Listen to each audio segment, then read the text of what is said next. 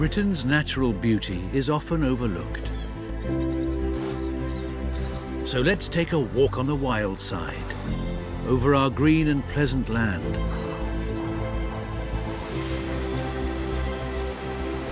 Along our rugged coastline.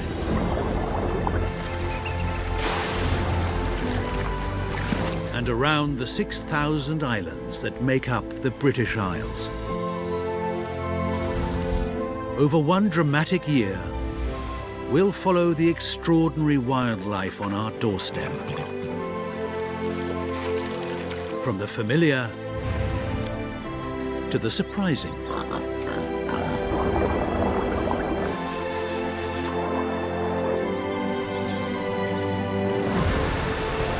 We share this truly special part of the planet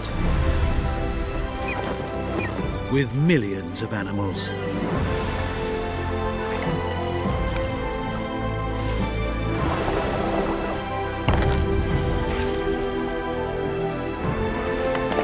This place we're lucky enough to call home is a natural wonder.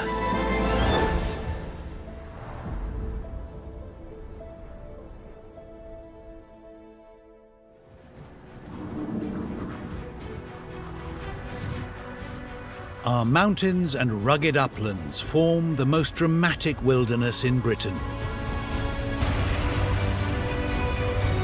Inaccessible, beautiful, and brutal.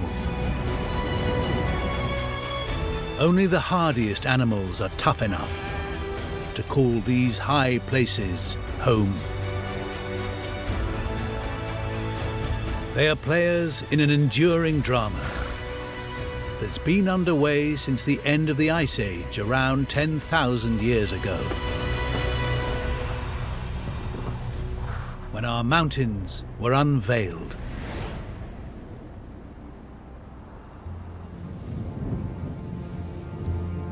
It's November, and an early dusting of snow already decorates these mountains.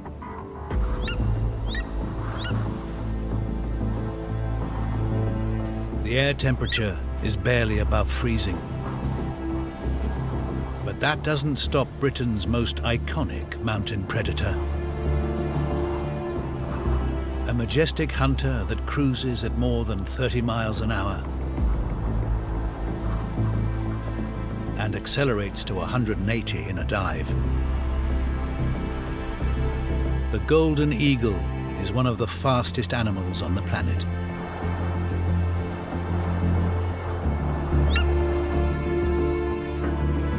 Its incredible eyesight, around 6 times more powerful than our own, enables it to spot prey in the most extensive range of high mountains in Britain. The Cairngorms in the Scottish Highlands. The terrain is perfect for the golden eagle, our most impressive bird of prey.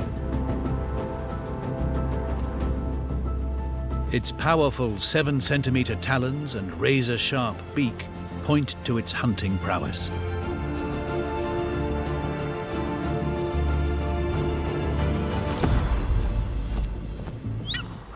And this female is looking for a kill.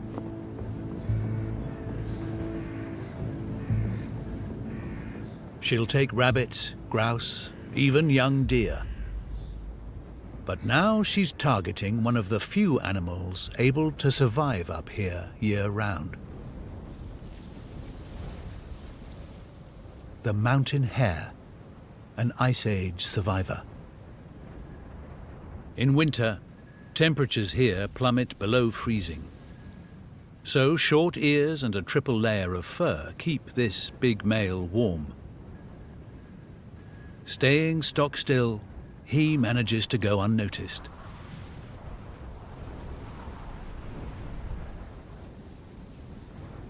But sensing he's spotted,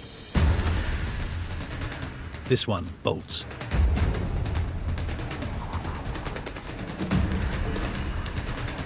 Triggered by shortening days and falling temperatures, his brown summer coat is turning to white.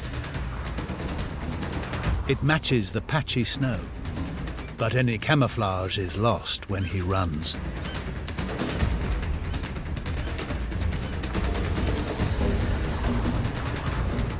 Hares can hit 45 miles an hour.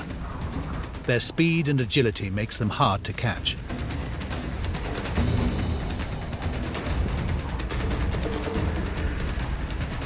But the eagle is an expert assassin.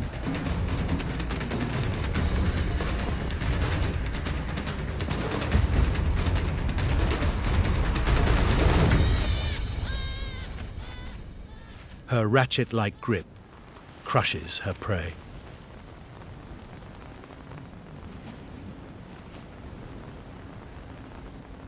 The hare is dead before she begins to feast.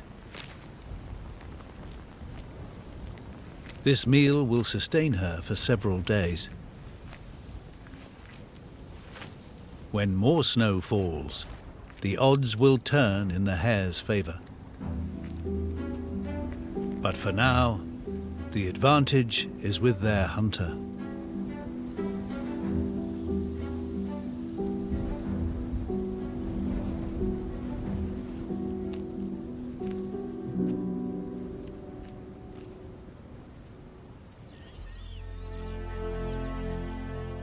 Britain has a number of stunning mountain ranges, where the land seems to meet the sky.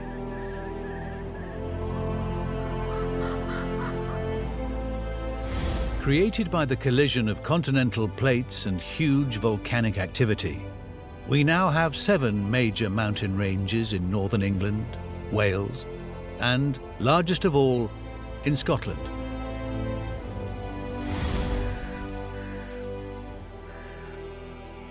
The Scottish Highlands are home to around 400,000 red deer.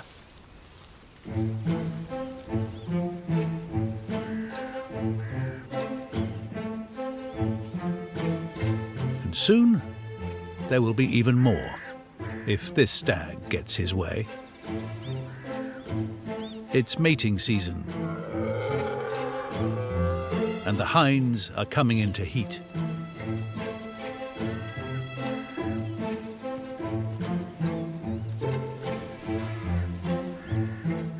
This old-timer is desperate to father their young.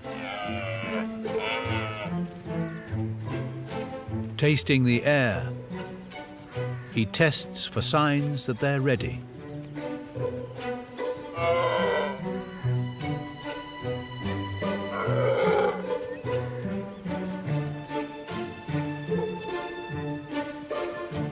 But he can't spend his whole time chasing the girls.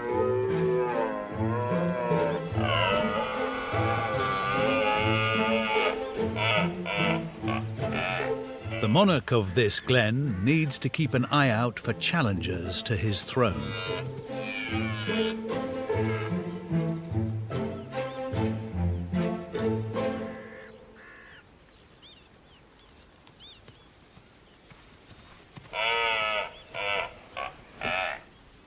Bellowing warns off other males and reinforces his dominance.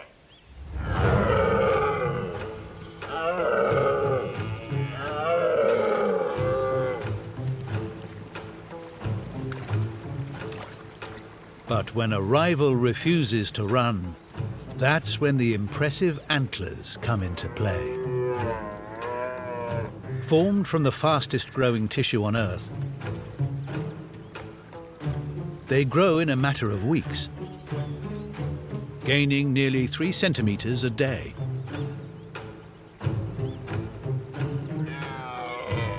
Shed at the end of the breeding season, each new set comes back longer and wider, with more points than the last.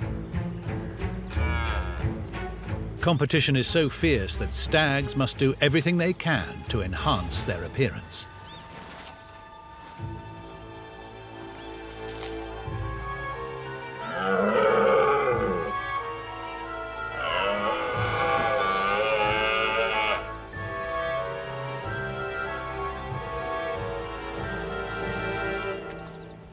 They check each other out, marching side by side, showing off their assets, whilst gauging their opponent's size and strength.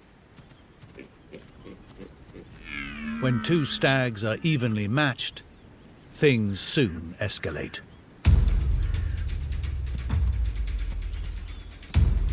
The older, darker stag faces a challenge from a paler, younger male.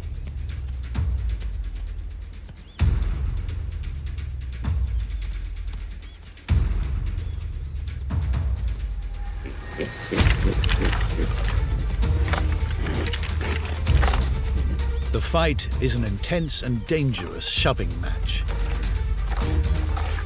Each stag determined to prove his strength.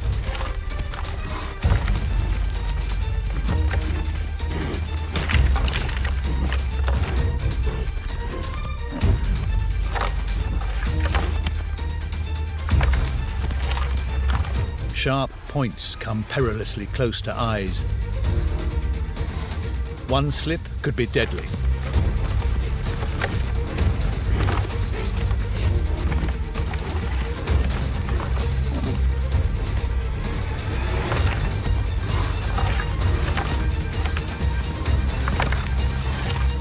As the minutes tick by, it's the lighter, younger challenger that gains the advantage of the higher ground.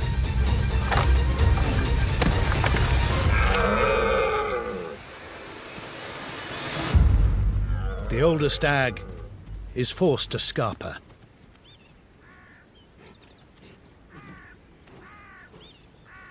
But while the victor gets his breath back,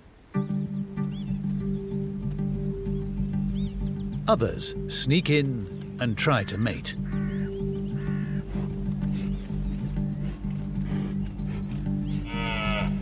Only minutes after taking control, the newly dominant stag is forced to defend the top spot.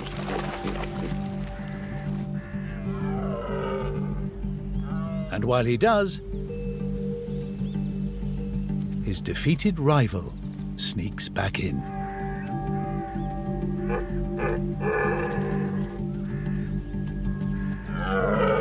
Losing one battle doesn't mean losing the war.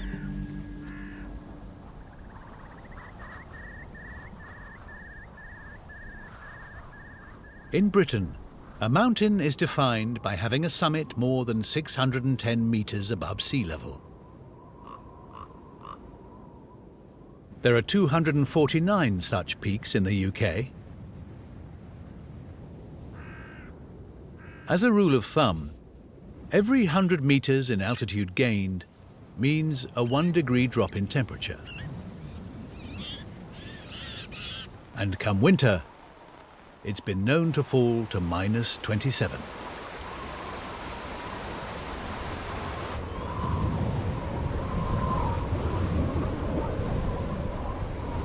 It takes serious adaptations to survive in these challenging conditions.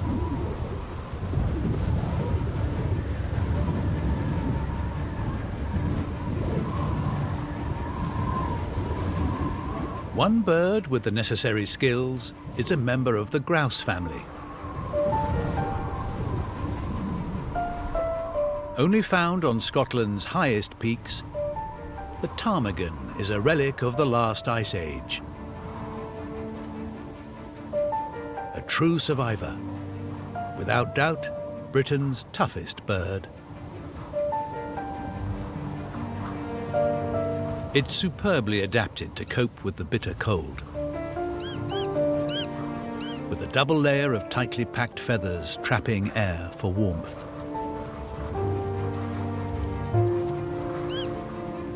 More feathers lap over its beak and cover its legs and feet, giving it insulated snowshoes.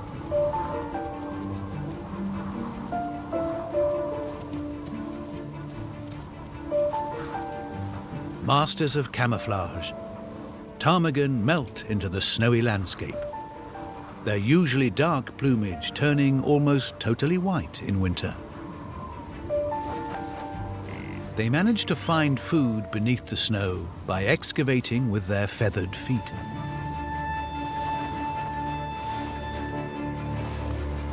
By living in these challenging conditions, the ptarmigan has found a niche.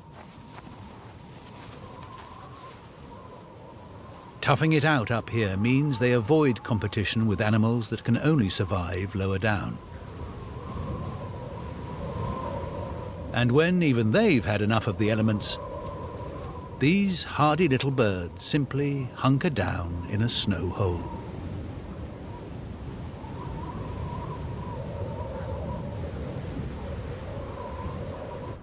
The ptarmigan shares one quiet corner of the Cairngorms with a contender for Britain's toughest animal. One with a more checkered past.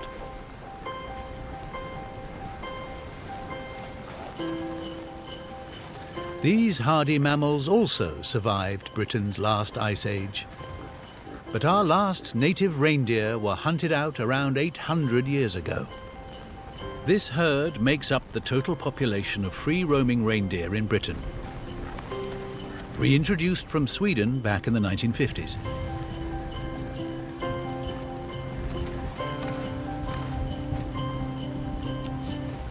Today, the animals number more than 150. Reindeer behavior is all about retaining warmth. So in winter, they're largely silent, as calling would mean losing heat out of their mouths.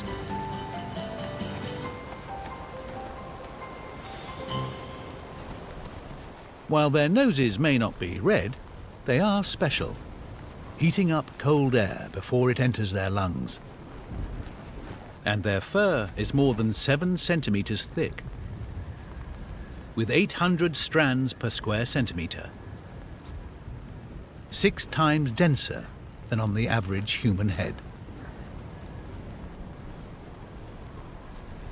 Reindeer are highly sociable animals and have a very special way of staying in touch. They make a unique sound when they walk. A tendon in the hoof clicks each time they take a step, helping them to keep track of each other in bad weather.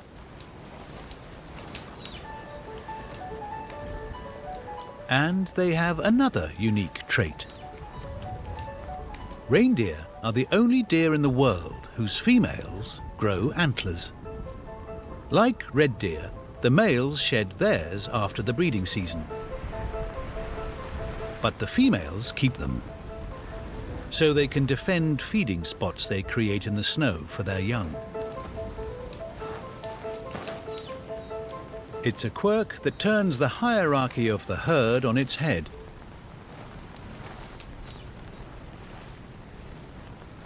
Authority comes with antlers, so without them, the males drop to the bottom of the pecking order until they regrow their headgear in spring. Incredibly, one animal comes to these mountains in winter to have a break from far harsher conditions to the north. The snow bunting is a truly remarkable bird. It can tough it out in -40 degrees and is the only bird ever to have been found at the North Pole.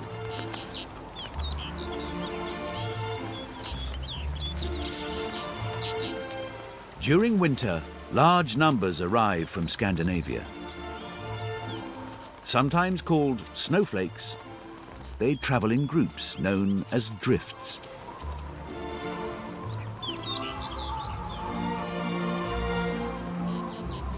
They spend much of their time shuffling along on tiny feathered legs that can barely be seen in the snow. By staying so close to the ground, they manage to reduce exposed areas and so minimize the loss of heat. Remarkably, they can live for up to 9 years. And although Arctic foxes, snowy owls and falcons will hunt them, predation is unusual, as the habitat they live in is so extreme. For now, they have their work cut out. Before travelling back to the Arctic, these buntings will need to gain 30% of their body weight, dining on high-fat, high-energy foods such as seeds and insects.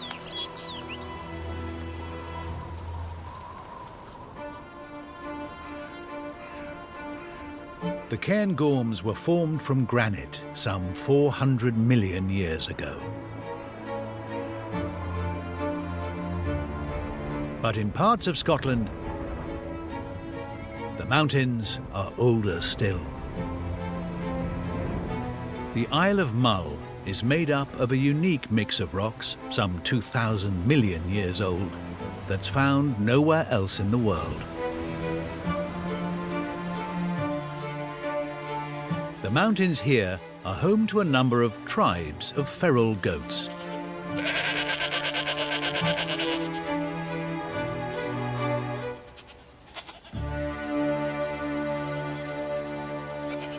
With shaggy coats and striking horns, they look right at home in this rugged landscape. But in fact, they're relative newcomers. Rumours persist that they swam ashore from the wreckage of the Spanish Armada. But it's now thought they arrived from Europe with Stone Age farmers some 5,000 years ago. They're a belligerent bunch, mostly communicating with their heads.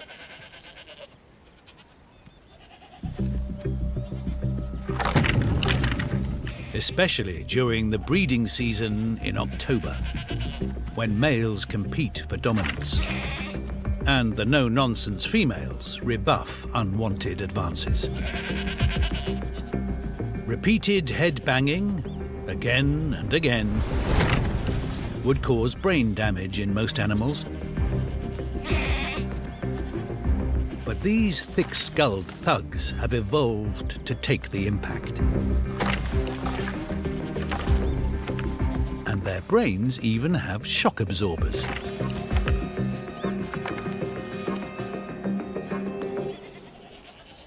Like red deer, feral goats also keep close tabs on each other's status. The billy goats know just when the nannies are ready to mate by testing their wee.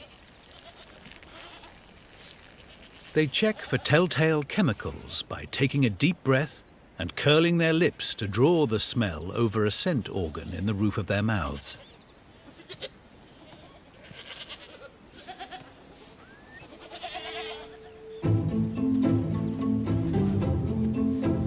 Once detected, these pheromones have a magnetic effect. And eager billies will follow the females around like a bad smell.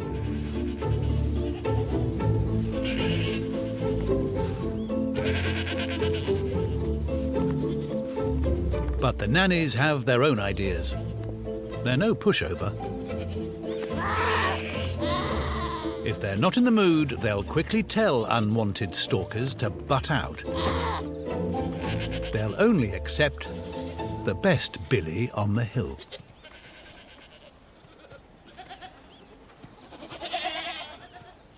When it comes to romance, not all upland animals are quite so direct. The Yorkshire Dales are home to some showboating dandies, whose flamboyant courtship gets them all of a flutter.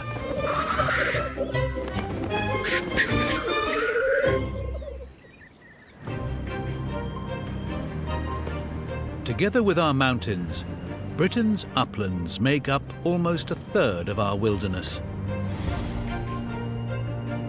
These high open spaces, between 250 and 400 meters above sea level, are scattered across the country.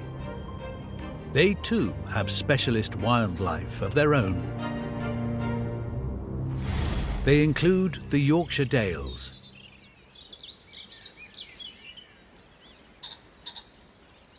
It's early spring, and dawn brings tranquility.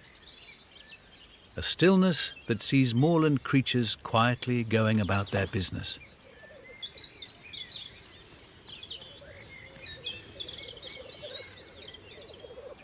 But the peace is disturbed by a series of bubbling calls.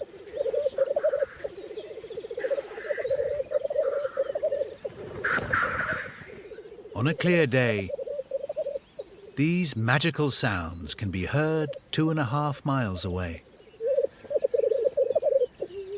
It's the opening to a rarely seen, hugely flamboyant display. Meet the black grouse, a real dandy. Easily identified by the red wattle over the eye and its striking black and white plumage.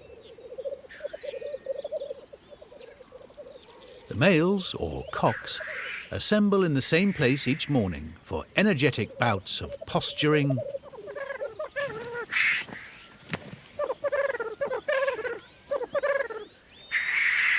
flutter jumping,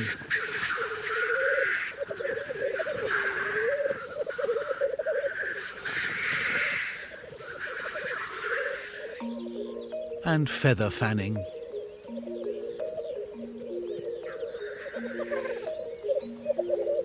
It's part exhibition, part fight.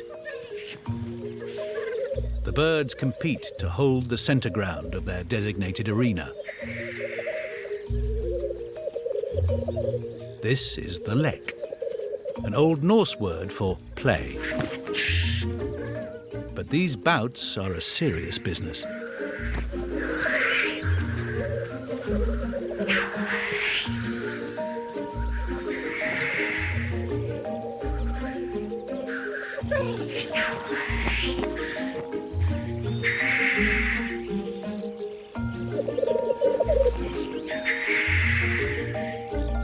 A bird's position on the field of battle shows its place in the hierarchy.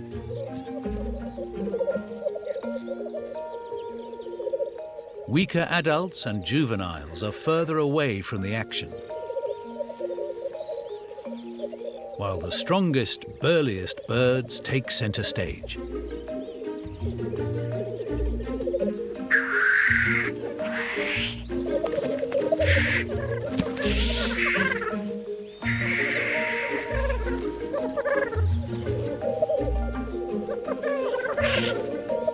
When the hens arrive in April and May, most will mate with the strongest male. The cock left standing at the heart of the arena.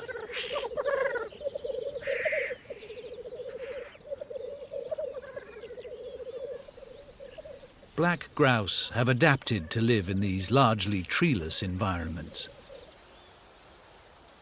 And the open expanses of our uplands also allow some rather special plants to flourish. The foothills of Mount Snowdon in Wales are home to species like the bog asphodel or bonebreaker, and glorious expanses of flowering heathers. But their poor soils are also home to a plant that's the stuff of nightmares. The flesh-eating sundew. A living piece of flypaper.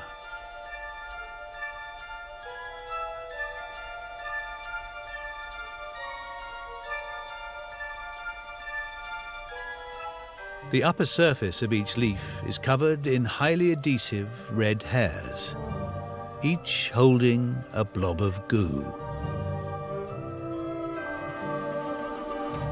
If something lands, it sticks.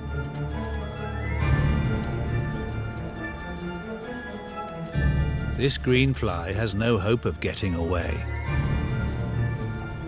But for larger prey, the sundew has another trick in store.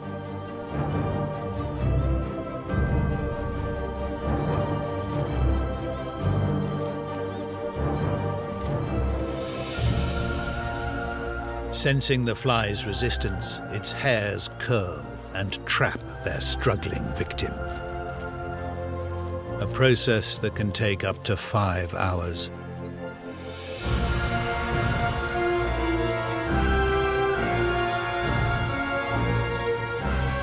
Then acidic digestive juices slowly dissolve their prey.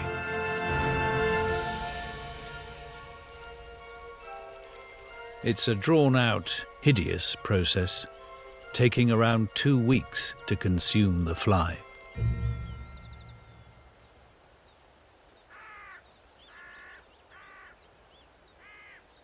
Of course, nature being what it is, this carnivorous plant is also at risk of being eaten.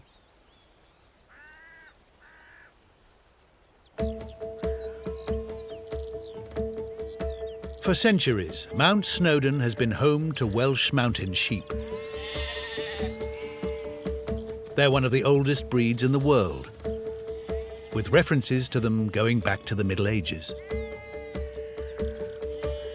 These are some of the 33 million sheep that inhabit our countryside. Allowed to roam free on Snowdon, these animals graze and trample on vegetation, putting the sundew and many other rare plants and wildlife at risk. So, to give the special species a fighting chance, these sheep are being moved to a new part of the mountain. A task that is rather more complicated than it might sound.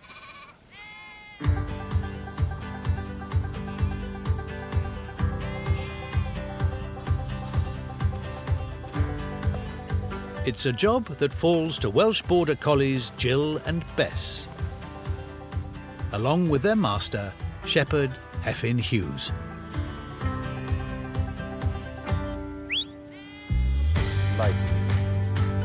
These three are engaged in a protracted battle of wills with a large flock of Snowdon's sheep. Stand, get up. Each day, the plucky trio hike into the mountains to try to drive 1,600 animals away from sensitive habitats.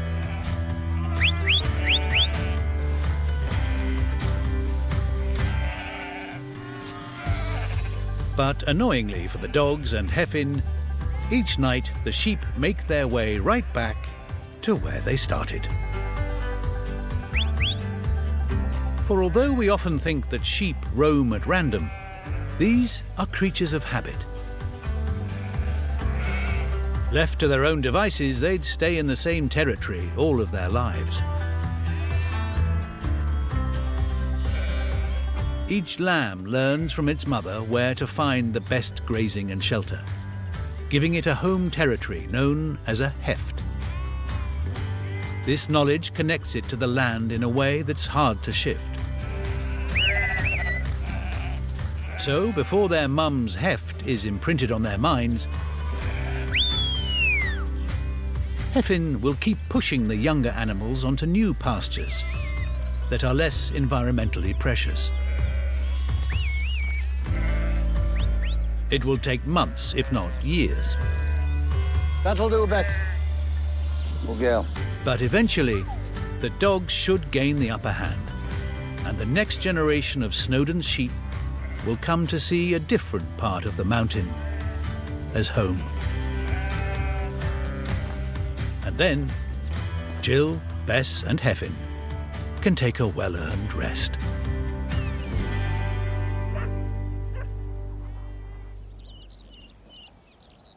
Although grazing animals like sheep can be destructive, others play an important part in managing our uplands.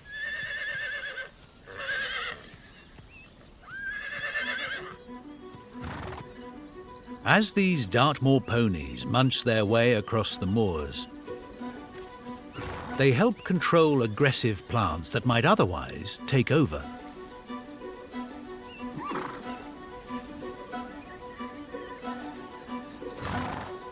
The ponies are so integral to our perception of this landscape, they're now the symbol for Dartmoor National Park. In the Middle Ages, they were used as beasts of burden in Dartmoor's quarries and mines. But but over the years they've been used for many purposes. And selective breeding has led to the different types of pony seen on the moor today.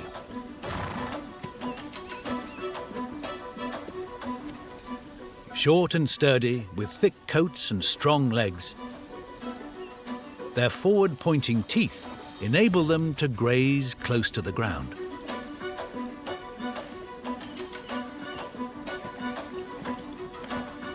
And their tough stomachs can digest woody plants, such as gorse.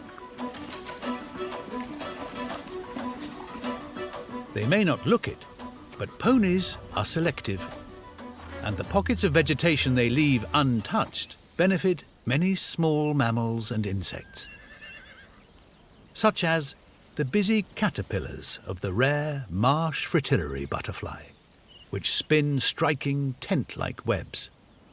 After 8 months in their juvenile form, the adults eventually emerge in May with distinctive orange and brown checked wings. 1,500 ponies roam Dartmoor today, and their small herds play a valuable role in the conservation of this special place.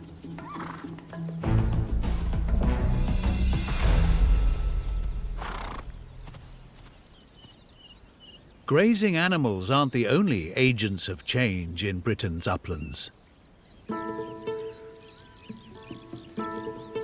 There's more than meets the eye. This heathery landscape in the Yorkshire Dales might appear natural, but in reality, it's largely man-made.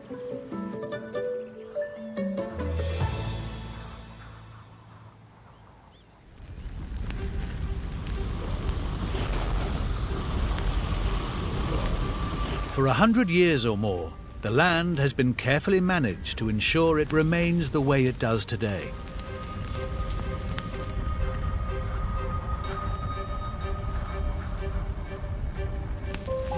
Between October and April each year, around 10% of this upland estate goes up in flames.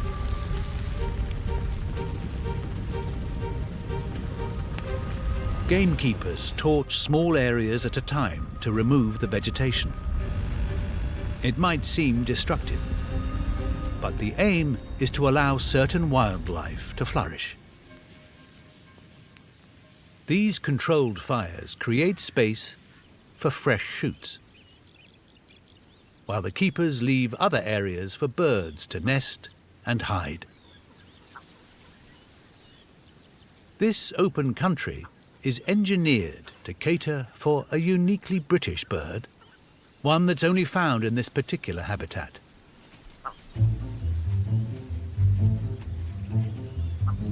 The red grouse, a game bird that lives in and eats heather. A native species, but raised for shooting, it roams the moors throughout the year.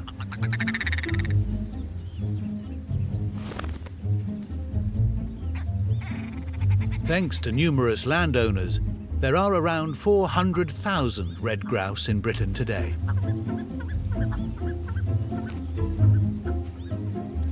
The females lay up to 12 eggs at a time. Once hatched, the chicks are fed by both mum and dad for 6 weeks.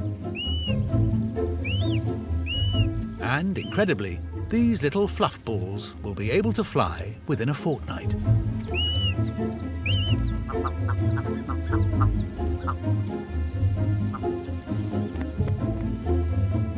A positive side effect of creating habitat specifically for the red grouse is that it suits a wealth of rare and remarkable birds. Lapwings, curlews, redshank, and oyster catchers, all species more usually associated with our estuaries and coasts, but all species that need this open moorland to breed.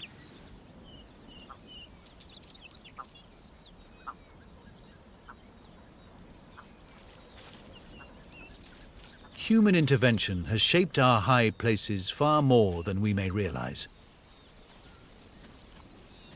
4,000 years ago, our uplands would have been covered with trees.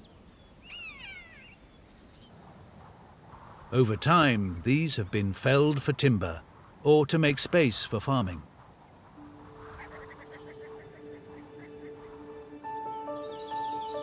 However, in Scotland, in certain valleys and glens, pockets of one such ancient woodland, known as the Caledonian Forest, survive.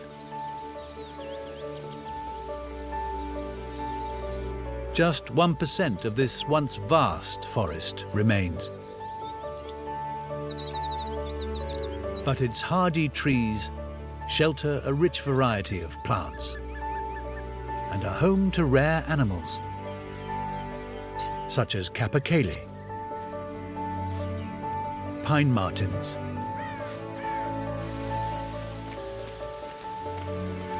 and the red squirrel.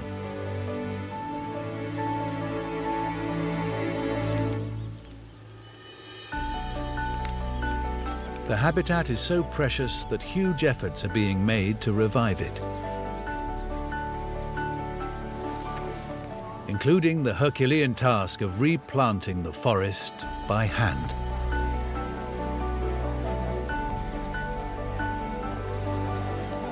For 30 years, Alan Watson Featherstone and his charity Trees for Life have been recreating the missing forest. They're well on their way to planting their 2 millionth tree.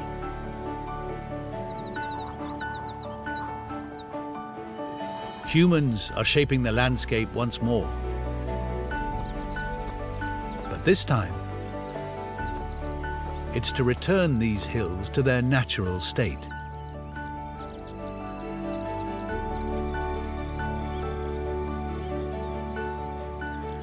Currently, they use fences to protect saplings from deer.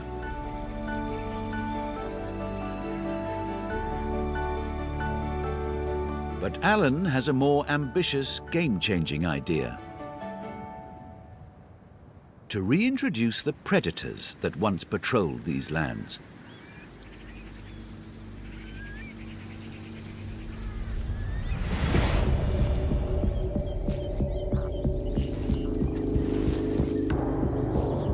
Not seen here for over 400 years, wolves once roamed our mountains. Few people think of brown bears as British natives, but 1,000 years ago, they too hunted here. Go back 1,300 years, and the lynx stalked our native forests.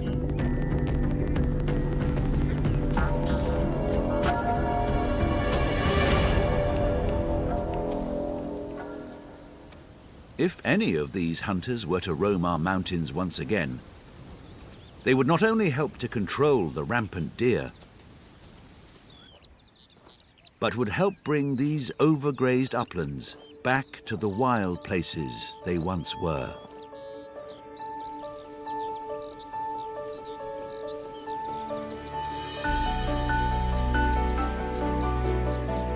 Trees transform a landscape.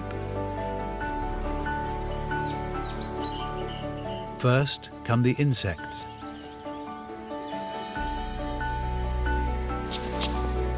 Which in turn attract birds. Which then draw in predators. Such as the rare Scottish wildcat. A whole web of life is re-established, creating a dynamic and self-sustaining ecosystem that contributes to the well-being of the land and the planet.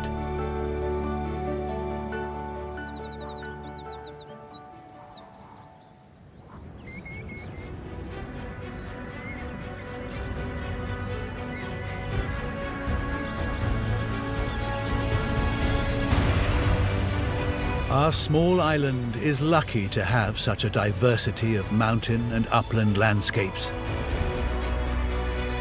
The wild terrain is a tough turf on which to live. But despite this, our high places are still rich in wildlife. They're home to iconic predators and hardy survivors, some of which have been here since the Ice Age. These landscapes may appear as old as time and impervious to change, but they are still being shaped by humans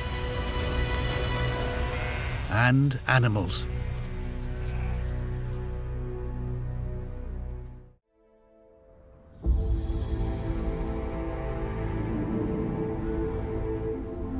Take a walk in Britain's forests and you'll find yourself amongst majestic trees, some of them thousands of years old.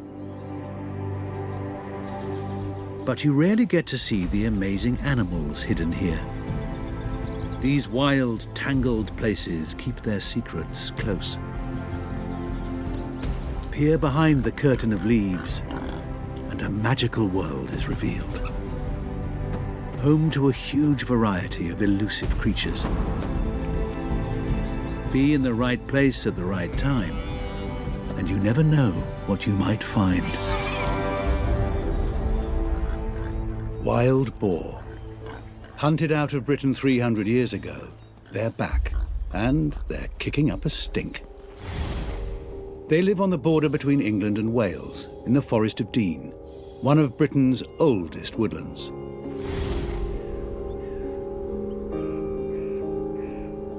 They've made their new home in an ancient royal hunting ground.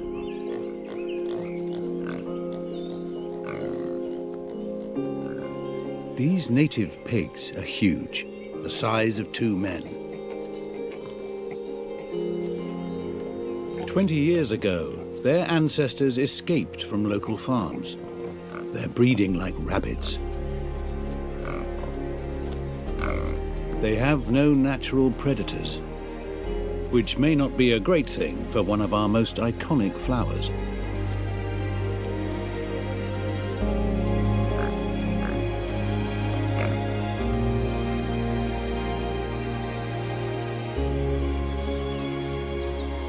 Nothing says British woodland quite like a carpet of bluebells. Astonishingly, half of all the bluebells in the world are found in the British Isles. In April and May, a wave of blue spreads from the tip of Cornwall to the far north of Scotland, transforming our ancient woodlands. Their delicate scent fills the air. This is the sight and smell of spring. But they're under attack.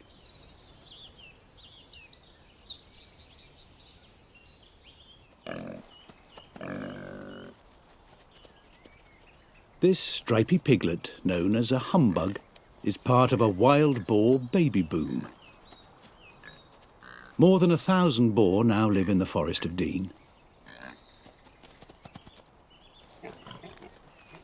They're the dustbins of the forest, with 400 species of animal and plant on their menu.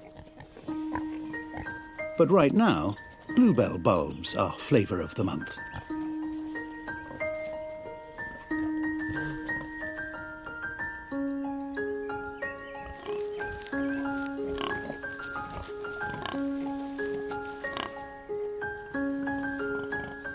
The boar's bulldozing behaviour would seem to spell disaster.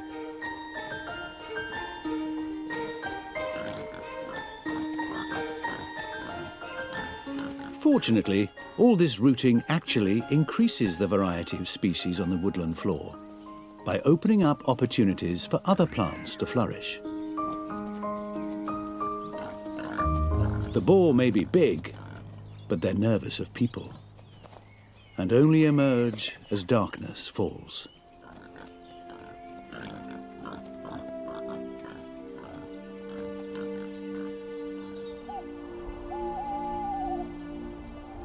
An incredible new camera allows us to see what they're getting up to. Sensing body heat, it picks out the creatures of the night.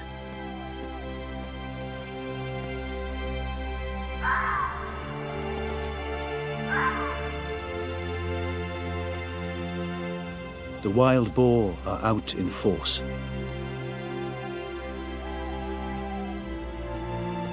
While the males wander alone, the females move in herds known as sounders, led by a matriarch.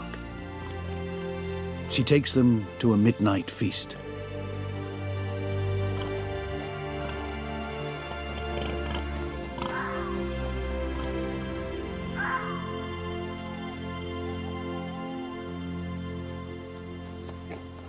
Wild boar have terrible eyesight even in daylight, so they use smell to find their way and their food in the pitch black.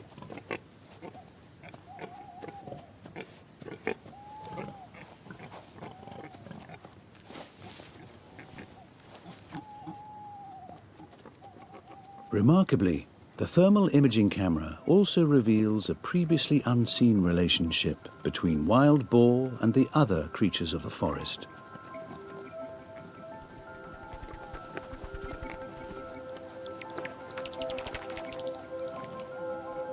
Bats circle overhead, feasting on insects attracted to the boar or disturbed by their rooting around.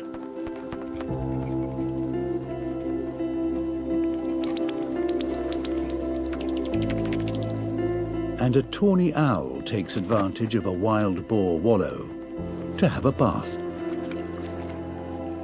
To hunt effectively, tawnies need their feathers in perfect condition.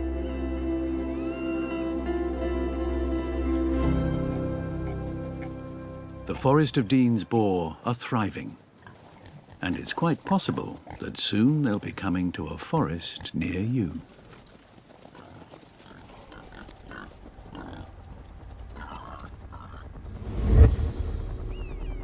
"13% of Britain is cloaked in trees, and the good news is that our forests are slowly spreading. It's particularly welcome for our woodland's most stealthy assassin, but not if you're on its hit list.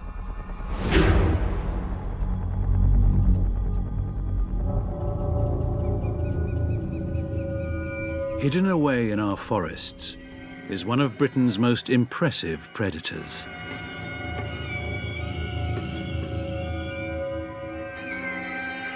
The goshawk, a silent killer looking for its prey.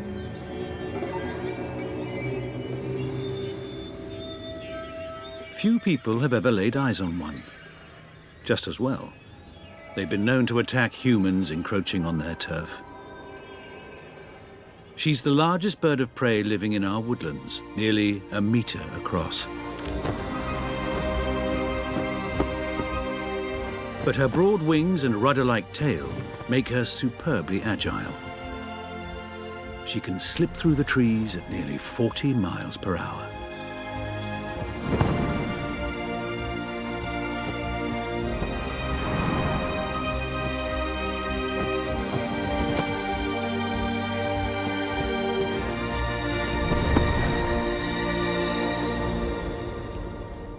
This is what makes the goshawk the ultimate forest hunter. She'll catch anything that moves. Birds make up 3/4 of her diet, and those living just outside the trees are particularly at risk. With a nest of hungry chicks to feed, this mother needs to make a kill. Goshawks hide their families deep in the forest. A huge, typically untidy nest offers a rare peek into their private lives.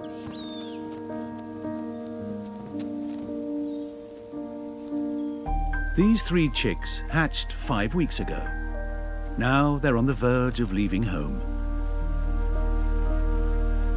They're big enough to dismantle their meals on their own. Or so they think.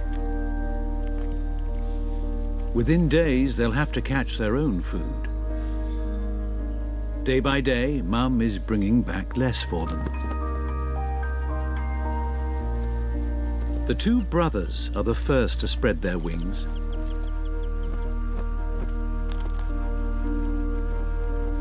They'll hang around for a week or so until they're strong enough to set out on their own.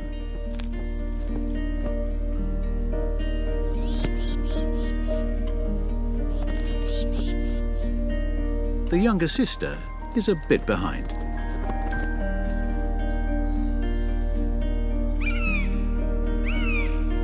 Eventually, she summons the courage to branch out.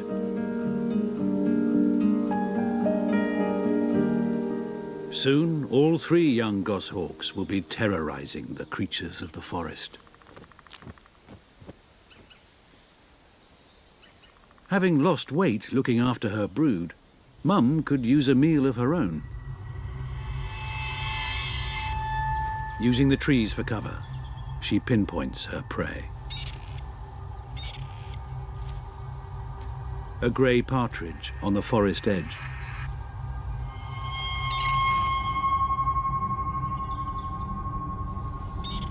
It's using long grass for cover, but that's no defense against an aerial attack.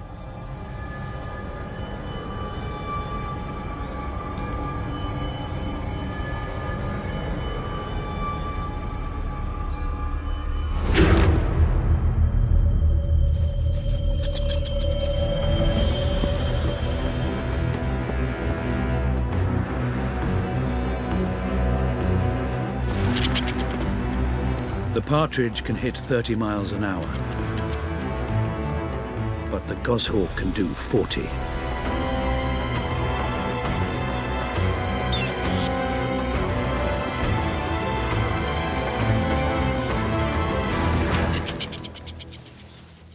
There's no escape.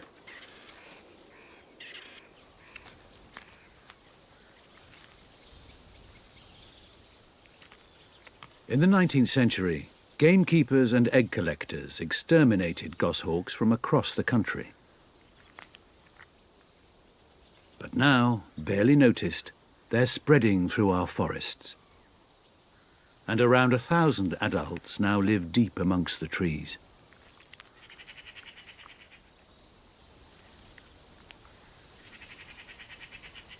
This goshawk is the queen of the canopy.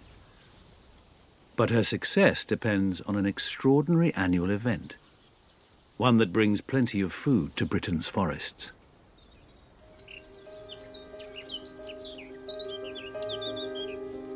Every spring, our trees come alive with fresh new leaves. Within days, they'll produce toxic chemicals to protect themselves. But until then, they're vulnerable.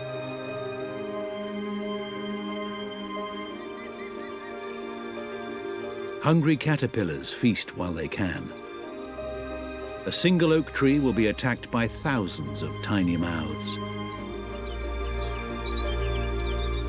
Unchecked, they could strip our forests bare. Luckily for the trees in this Welsh woodland, a caterpillar removal service is at hand.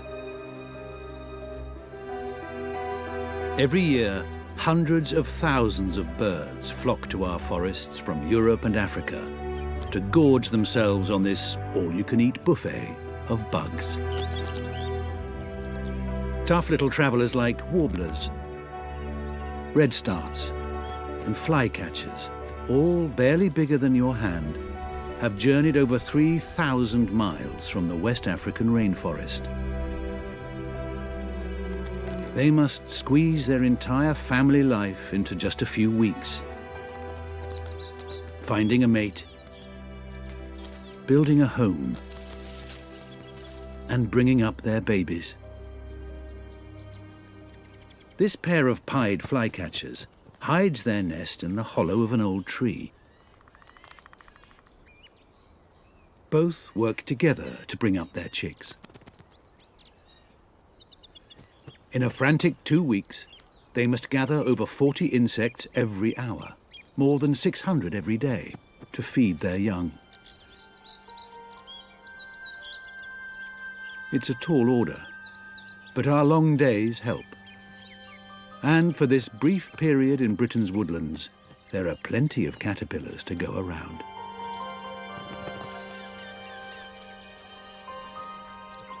Not all will make it. Many will fall prey to the goshawks. But within weeks, the hardy little survivors will head south on their epic migration, fueled by Britain's bugs.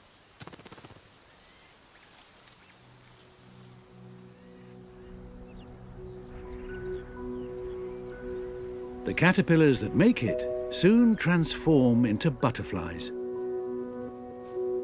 Britain is home to 59 species. Living in our southern forests, rarely seen, are most exotic. The purple emperor.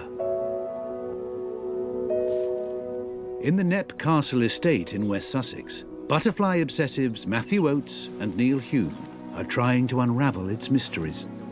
The old Victorian butterfly collectors had some wonderful terms, terrific epithets. They called him His Imperial Majesty, the monarch of all the butterflies, the Lord of the Forest, and they were absolutely spot on.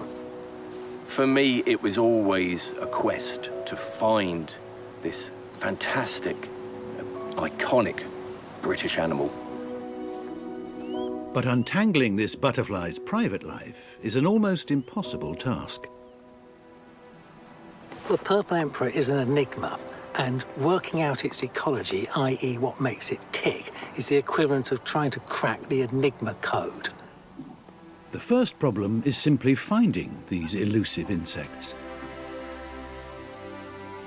Knepp has all the oaks and willow trees a purple emperor could need. But at first, the bat-sized butterflies are nowhere to be seen.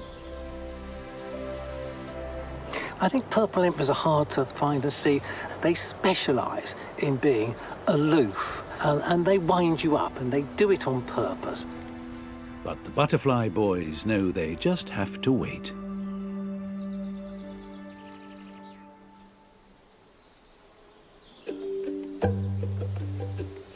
At last, a glimpse of the emperor's purple robes, a tantalizing moment in the treetops, and a perfect sighting when it touches down. Such a thing of beauty when you see a male purple emperor open its wings. The colour is fantastic. It's better than any jewel. They may be beautiful, but they can be surprisingly aggressive. The male purple emperors will be constantly niggling each other. One will take off, another will attack it, and they'll spiral upwards, sometimes 50, 100 feet into the air. The emperors lord it over the canopy for just a few short weeks every summer. This is party time. There are enough around for most people to be able to go out to a wood and find one, and I highly recommend that they do. Every spring, in forests up and down the country, the evening chorus is joined by an unfamiliar sound, belonging to a very familiar animal.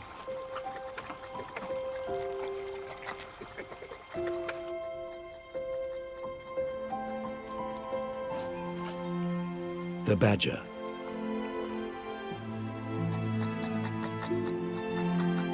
On a warm April evening, badger cubs peer out of their set for the very first time.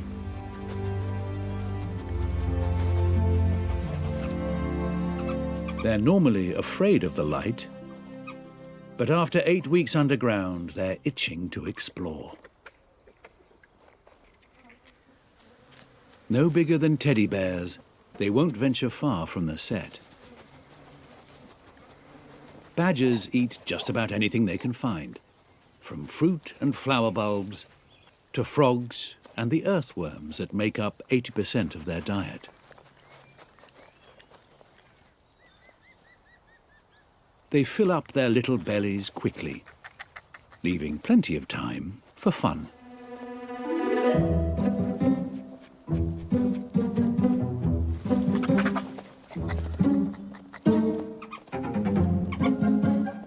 day prepares them for the rough and tumble of life. The skills and strength they develop now will help them secure their place in badger society.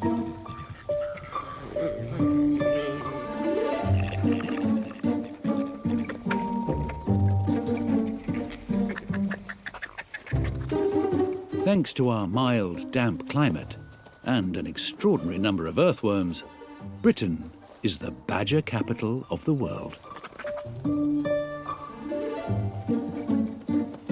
In just 7 months, they must be big enough to survive the winter. And only 1 in 3 cubs makes it through their first year. It may be feast now, but it could be famine before long.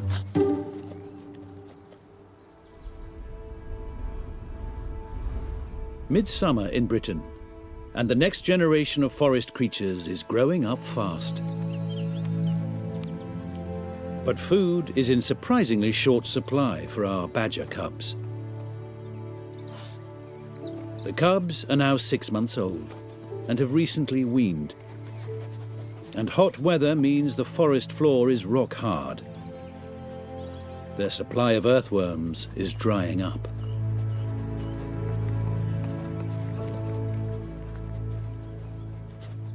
In some years, entire litters starve to death. The cubs spend much of their time removing irritating ticks and fleas from their siblings' fur. They're highly sociable creatures.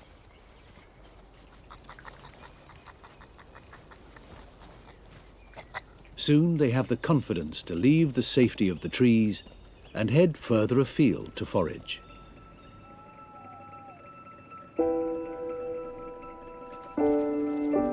To be ready for winter, they need several hundred worms a night. But with a large, close-knit clan, these fast-growing cubs have every chance.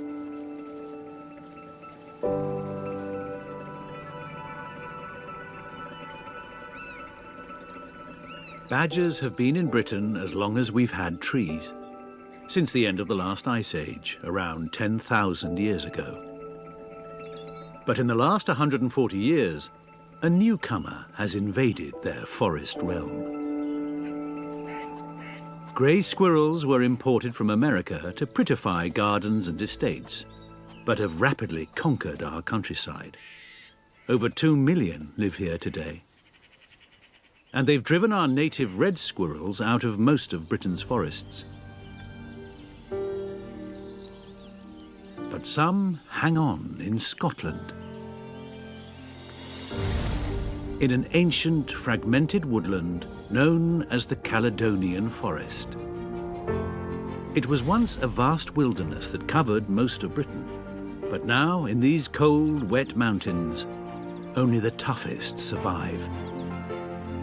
Scots pines dominate. Soaring over 20 meters tall, they grow slowly, eking out what they can from the poor soil. They're well defended by thick bark, and their waxy needles are hard to digest, meaning there's little for animals to eat around here.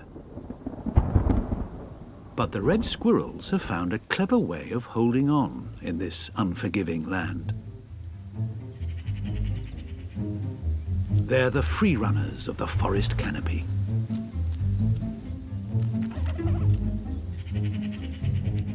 This hyperactive young male, known as a buck, spends 2/3 of his time looking for food. In late summer, when there are limited supplies, he's in a race against his rivals. His bushy tail gives him balance, while his flexible ankles and needle-like claws mean he's perfectly at home in the treetops.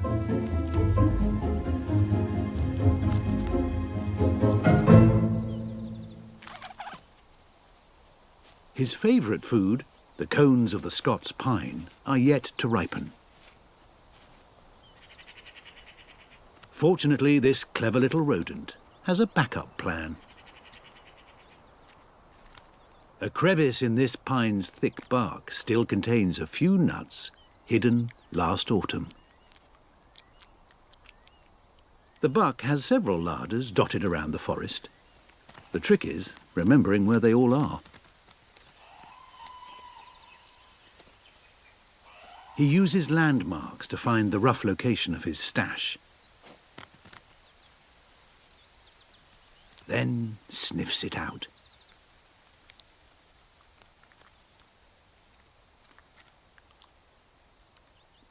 Tough enamel on his chisel-like teeth makes short work of the hard nut. At this time of year, the squirrel must eat around 1/10 of his body weight every day. But a female, known as a doe, is watching. Red squirrels may share their home, but they don't like sharing their nuts.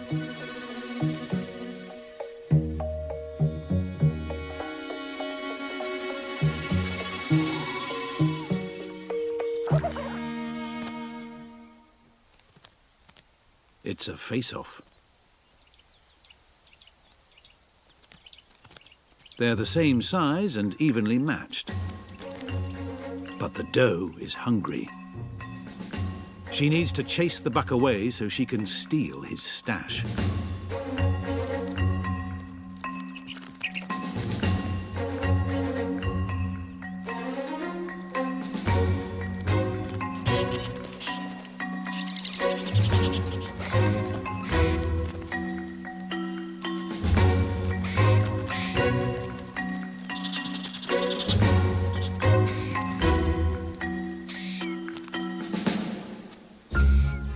Round 1 to the doe.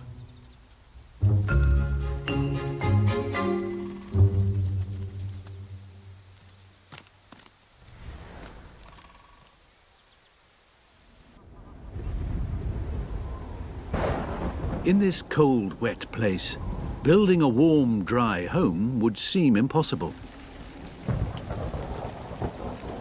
You need to install central heating. And believe it or not, there's an animal that can do just that.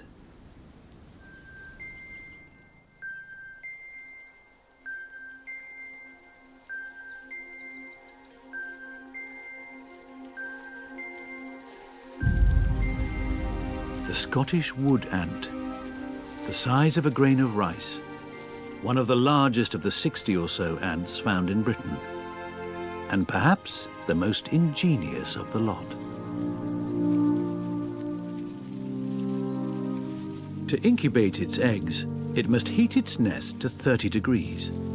A tricky task when the air outside rarely reaches 15. To do it, the ants work together in a construction team 100,000 strong. The builders need feeding, so head out for breakfast. Each one brings home 1.5 times its body weight every day. Together they consume 10 million insects every year.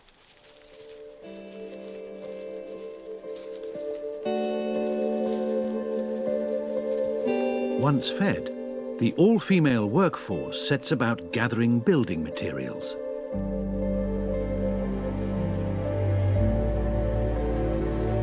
A pine needle may be unwieldy, but its waxy, waterproof coat means it makes perfect roofing.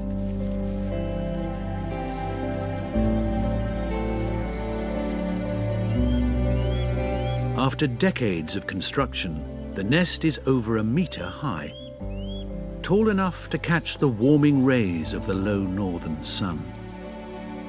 And the rotting vegetation inside acts as a boiler.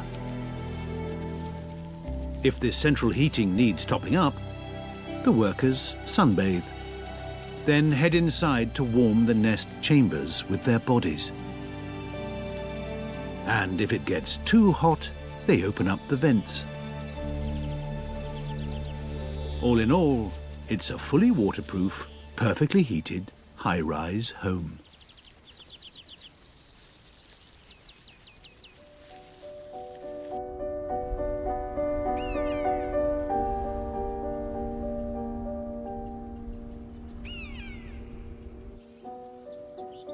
As autumn sets in, seeds and nuts ripen and are now ready to eat. Falling acorns fuel a dramatic change in many animals' behavior.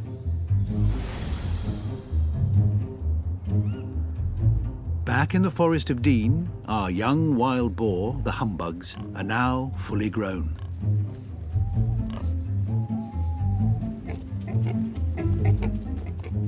They're still hungry, and so, under cover of darkness, they're heading out in search of food and territory.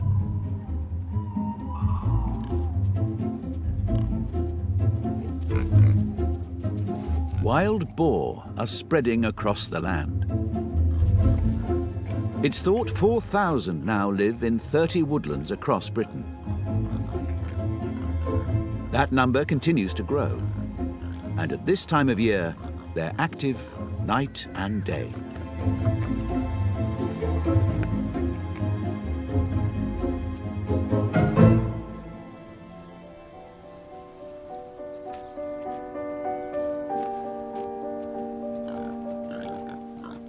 The boar's impact is more obvious than ever, meaning their spread is causing concern. Biologist Jim Swanson has been studying them for the last 9 years, investigating how these natural bulldozers affect our woodlands and their wildlife.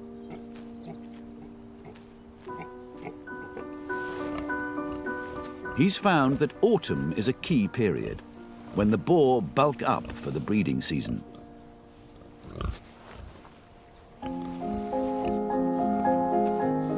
They're seeking out energy-rich seeds and fruit. They need to be in tip-top condition, not just to get a mate, but for the winter months ahead. Their health will influence the number of piglets they're likely to have the following spring.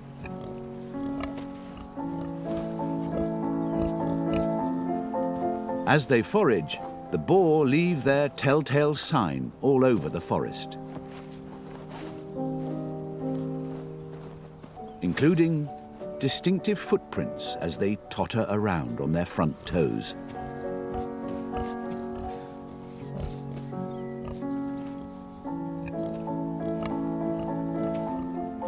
And the boar aren't just looking for food. Jim's found that they work the ground like landscape engineers. This deeper rooting creates wallows. Wild boar don't sweat, so they use these shallow pools to cool off.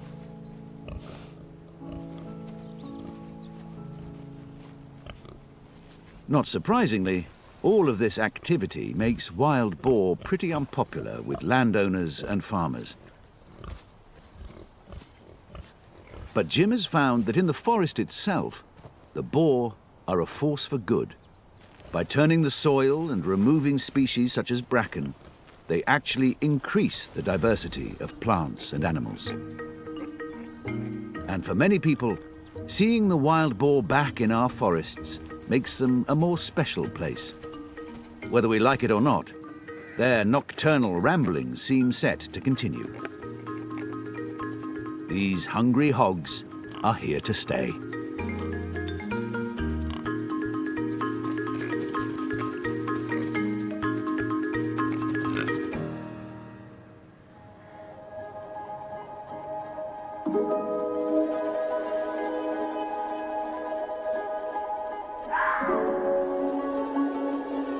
The boar share our forests with fallow deer, one of Britain's 6 species of deer. They have excellent night vision and are totally at ease in the nocturnal world.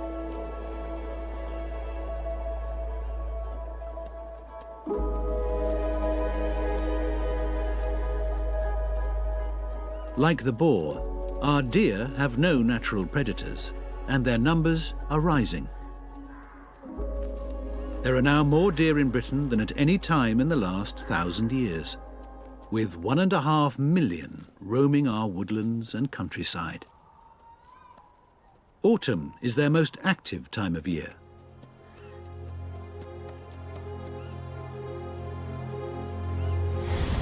Spreading across parts of Hampshire, Wiltshire and Dorset, is the New Forest, created 1,000 years ago as a hunting ground for William the Conqueror. Today, it's the site of a well-known but rarely witnessed event, the fallow deer mating season, known as the rut. Herds of deer are coming together for a secret ceremony hidden amongst the trees. This mature fallow buck has grown his headgear specially for the occasion. Magnificent weapons around 60 centimeters long.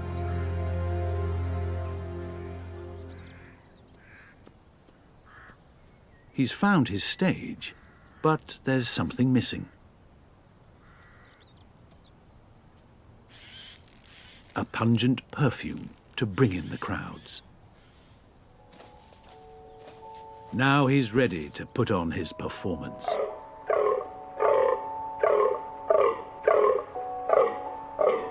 To rut means to roar, and the deeper his roar, the more attractive he is.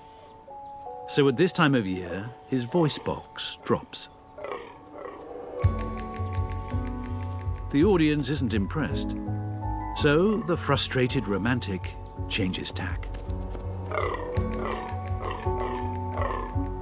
Fallow does are only in season for a few hours at a time, and they're not ready just yet.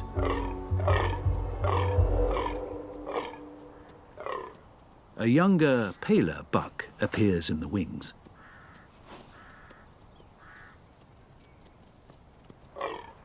But rather than fight, the rivals begin a ritualized march, sizing each other up. High on hormones, but scared to commit. To fight and lose would take them out of play. The old hand has enough to see off his understudy and keeps the stage to himself.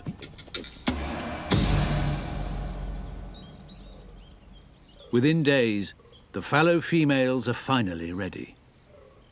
The old buck's kept their attention and reaps his reward. It's all over in a flash.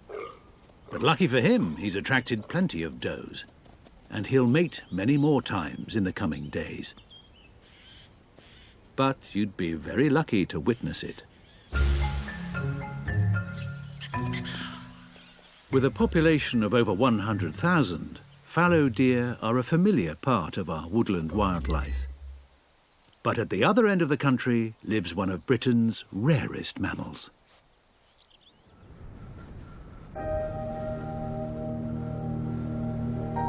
Britain's woodland wildlife does its best to remain out of sight.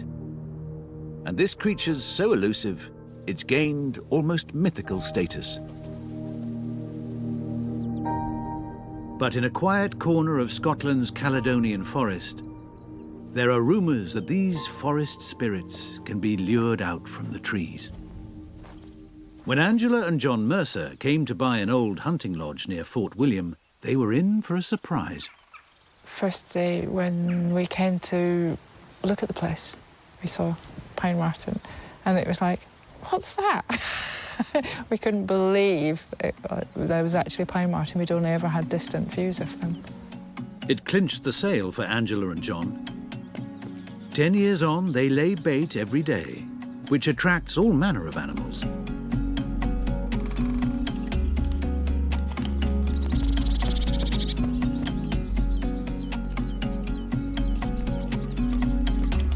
But it takes a special trick to magic a pine marten out of the forest. Peanut butter sandwiches. It's a bit like feeding the birds. You're just giving them a little bit of a boost and helping them along, perhaps during the winter and perhaps when they're feeding kits. Pine martens are normally nocturnal and are hugely wary of people after centuries of hunting. There's no guarantee one will appear today. Usually they hunt birds and rodents. But never underestimate the power of peanut butter.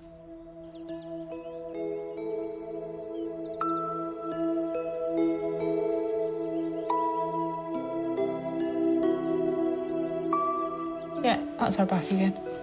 definitely her. You can see her front very clearly. Each is different, with a unique set of markings on its bib, making this female instantly recognizable.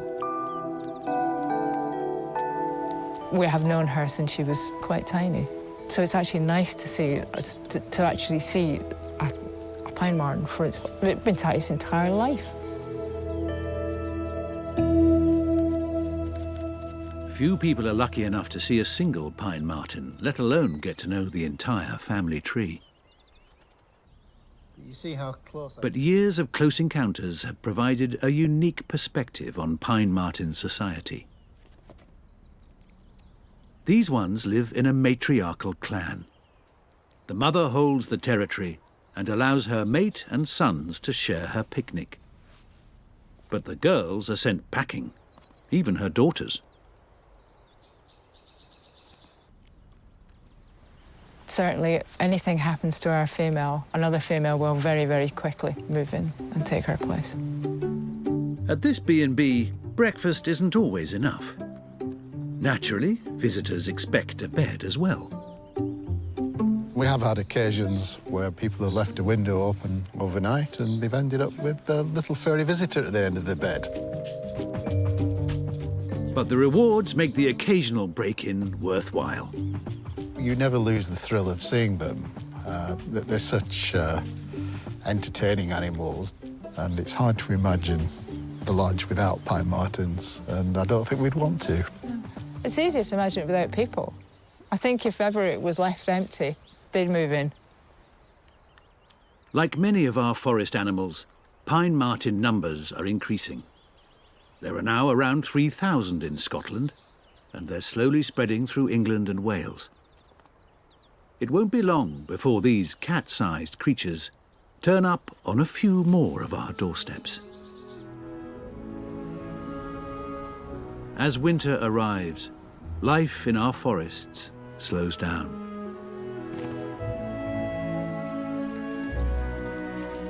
Seven months after they first emerged, the young badgers are now nearing adulthood.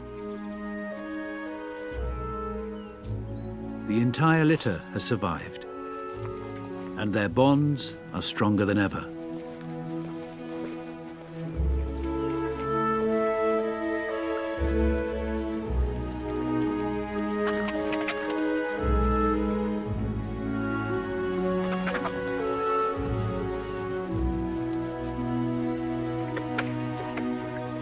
They've taken to smearing each other with a strong-smelling musk, which marks them out as family and helps them identify each other in the dark or during fights with neighboring clans.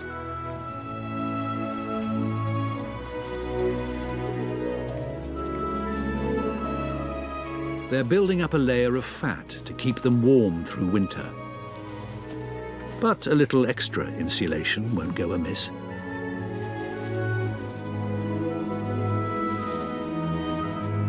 The members of the set use their spade-like feet to drag cozy bedding into the sleeping chambers.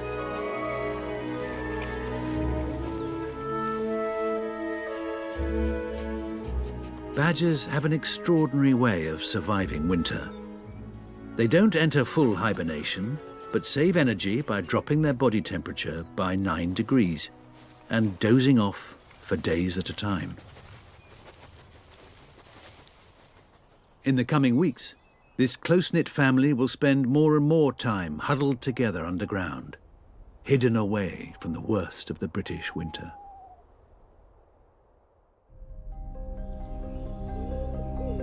Britain's forests are magical places, some thousands of years old. They contain 3 billion trees, 50 for every person who lives here. The good news is that after years of protection, our forests are spreading. So the secretive creatures that live here are benefiting, slowly repopulating the land. As they step out of the shadows, we're learning more about their lives and what it takes to succeed in this seasonal world. Mysteries remain, but they're part of what makes Britain's forests so special.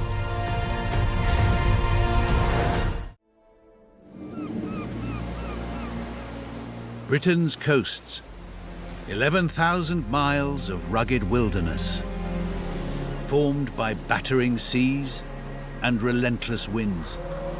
They are home to our hardiest wildlife, from close-knit families to ruthless predators. These creatures are all highly adapted to a world where land meets sea.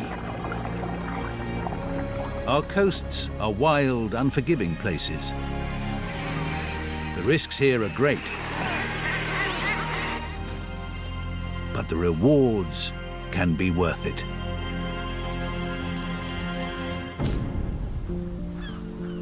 We all live within 70 miles of the seaside, and in warm weather, we love a trip to the beach.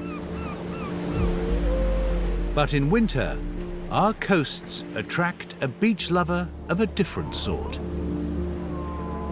Thousands of grey seals have arrived on the Norfolk coast to breed. Our shores are home to over a third of the world's population. This mottled male has been coming to this beach for over a decade. He's a dominant bull in prime condition. His roar is a warning to other males to stay away. If he can keep these females to himself, he will mate with them as soon as they come into season, which will be any day now. He needs to be here, ready and waiting.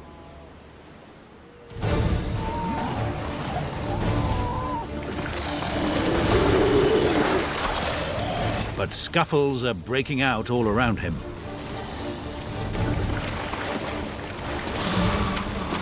There are dozens of contenders vying to take his place. The mottled male must assert his authority. Belly slaps send shock waves through the sand, showing off his immense size. But not everyone backs down. It's time to show them who's boss.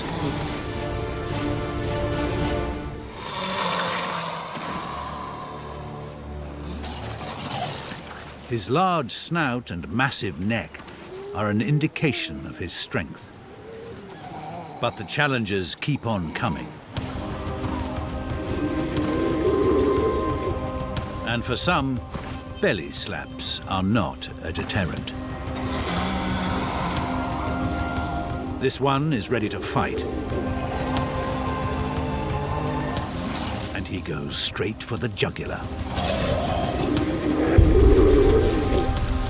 The mottled male responds, with dagger-like teeth tearing through 7 centimeters of blubber.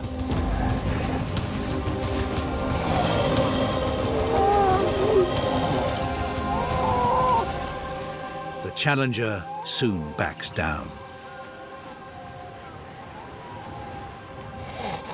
But others keep coming, and this one's even bigger. The mottled male has no time to recover.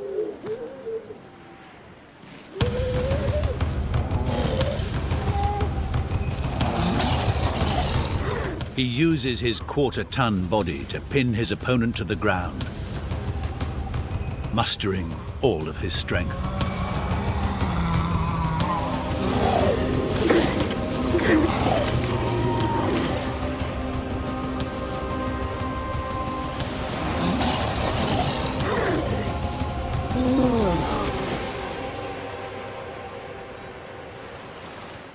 Another challenger admits defeat.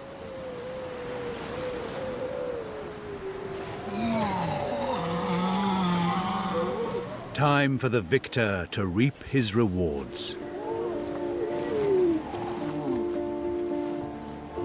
This female gave birth 2 weeks ago and is now ready to mate. She offers some encouragement.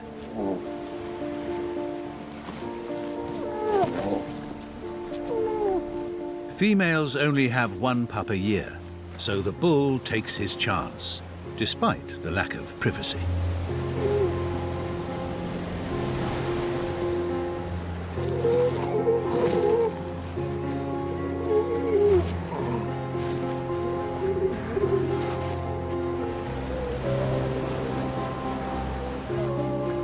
He'll mate with her as many times as he can, maximizing his chances of fathering her pup.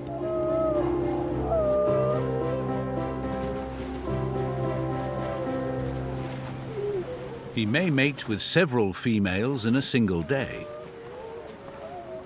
and should father a number of pups. But there's a price to pay. He doesn't eat for up to 7 weeks while he defends his stretch of beach, and could lose a quarter of his body weight. Few seals manage to stay at the top for more than a year. In the next few weeks, this beach will fill up with more and more pups, and more fights will break out. The breeding season is just getting started. Great Britain's coastline contains a series of unique habitats, from vast sandy beaches to towering cliffs. Home to some of the world's largest seabird colonies, and patrolled by one of our most fearsome coastal predators.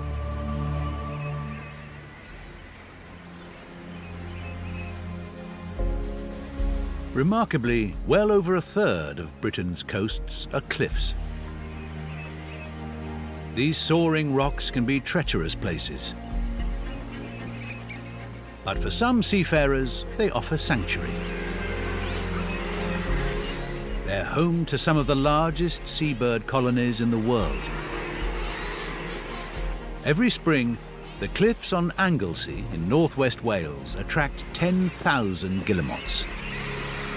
They've come to raise a family, but there isn't much room.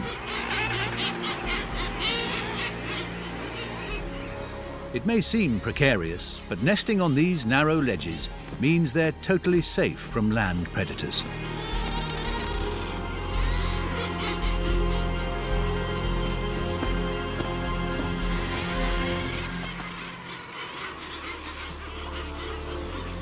This pair has returned from 8 months out at sea. They mate for life and could be together for 30 years. Luckily, they've found a safe place to lay their single egg. Or so it seems. This wealth of life attracts one of our coast's top predators. The great black-backed gull. With wings over 1.5 meters wide, 3 times the size of a guillemot, these are formidable hunters.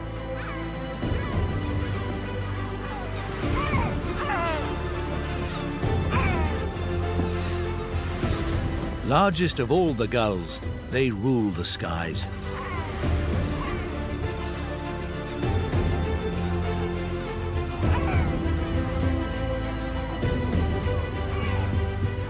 And they've come to these cliffs to steal.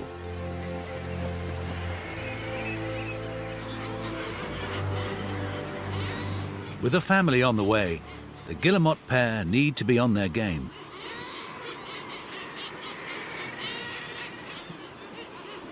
Whilst the female guards their valuable ledge, the male prepares to head out to sea.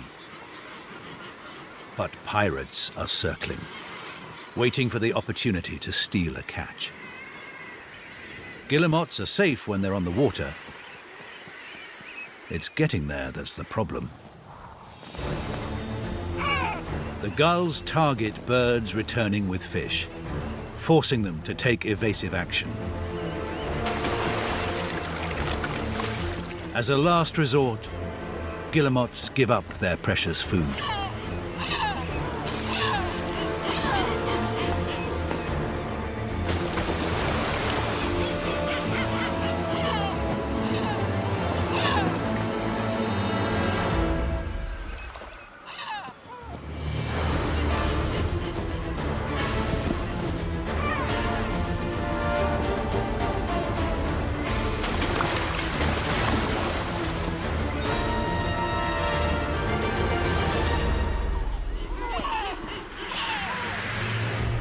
The stakes are high for the gulls too.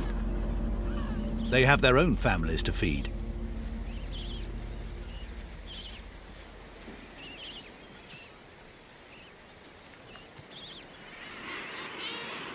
Despite the risks, the male guillemot heads out to sea.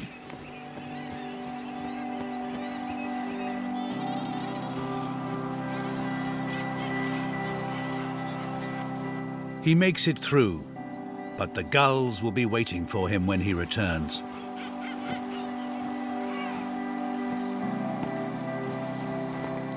For now, he can fish in peace.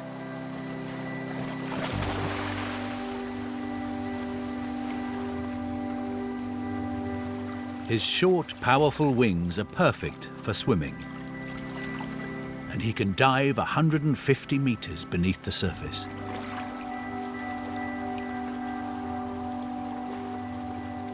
Fishing is the easy bit.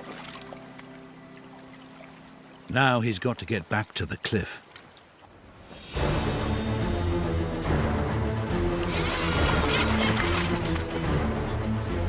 He stays close to the water, but the marauding gull won't let him pass, pushing him to drop his catch. This gull gives up, but another gives chase.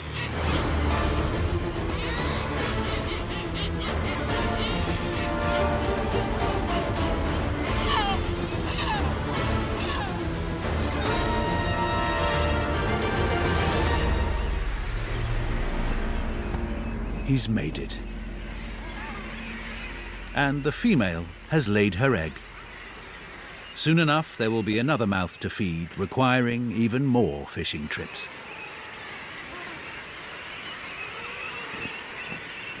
The pair will work together to incubate their egg. They must remain vigilant. The gulls aren't going anywhere.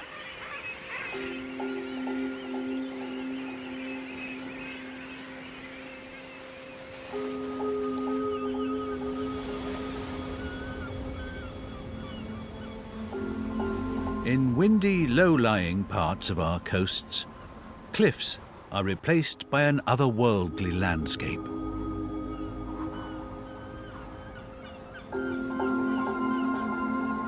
Sand blown in off broad beaches catches in coastal grasses, creating undulating peaks and troughs. Dry and seemingly barren places, sand dunes.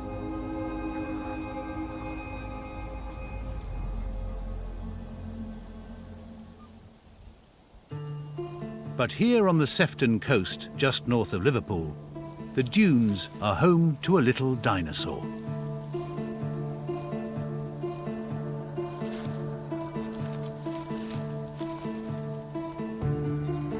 He's a male sand lizard. This vivid reptile may look like something found in the tropics, but he's very much at home in our British dunes.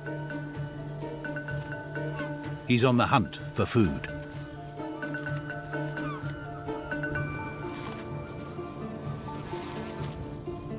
An unsuspecting bumblebee, a rare treat. He must approach with care. The bee is distracted. It's busy grooming. The lizard's crushing jaws immobilize his prey. By retracting his tongue, he avoids a sting.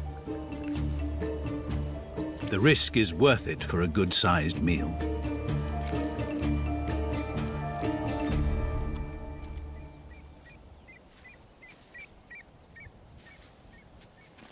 As a reptile, he's completely dependent on the temperature around him for warmth. He can't generate his own. Finding a hot spot amongst the dunes, he can bask to warm up and digest his meal. His bold markings have dual purpose. The camouflage pattern down his back helps him hide from aerial predators. whilst his dazzling green flanks show rival males that he's in great shape. And right now, it's the breeding season. He's going to have to brave the open sand if he wants to find a mate. He's slow and exposed, easy prey out on the sand. But catching a female's scent, he knows he's on the right track. Even for a sand lizard, climbing the dunes is hard. And with some dunes over 30 meters high, he's got his work cut out.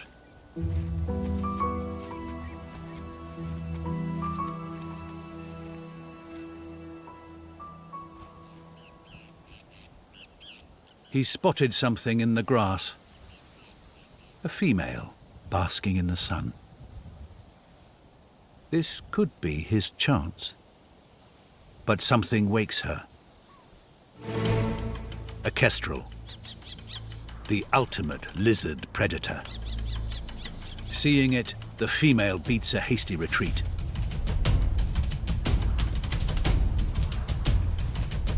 The kestrel's getting closer, and the male's still out in the open.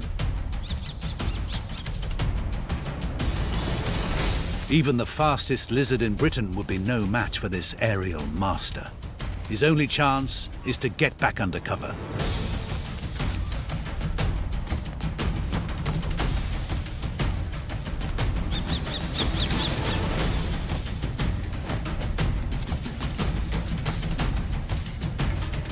By hovering, the kestrel stabilizes its view as it tries to pinpoint its target. The lizard must stay completely still. It's worked. But our sand lizard's quest for a female will have to wait. Britain's dunes are home to extraordinary specialists that can only survive in these dry, sandy places.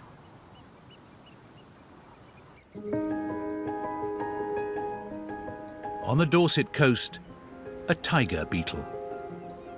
A predator perfectly adapted to this sandy underworld. It has large eyes to spot its prey, powerful mandibles to catch and crush it, and long, speedy legs that make these the fastest running insects in the world. It's found the perfect nursery. Though its young has a face only a mother could love. It too is a voracious carnivore with jaws to match. But like most young insects, this larva is left alone to fend for itself.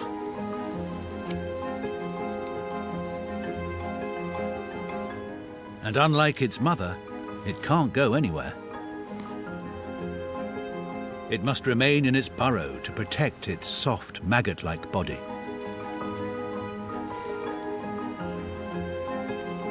Its hard-plated head bungs the hole, and with super-sensitive trigger hairs, it lies in wait for prey to bumble past.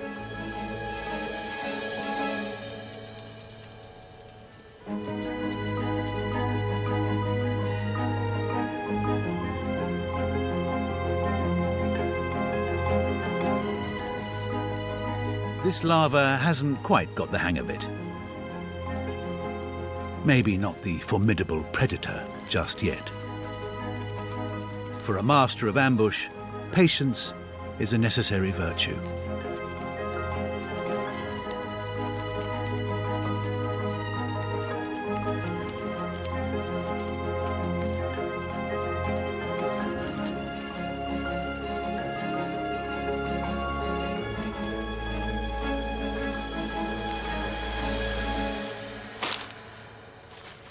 The wait pays off.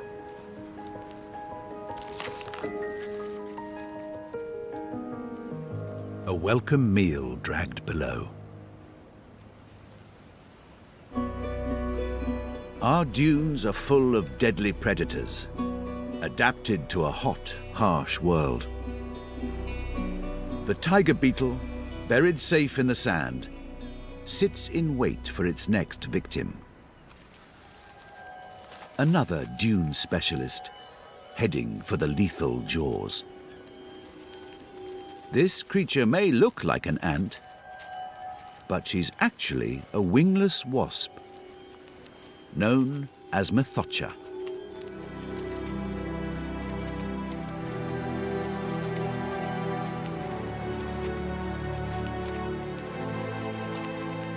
She's a mother looking for a safe spot to lay her egg.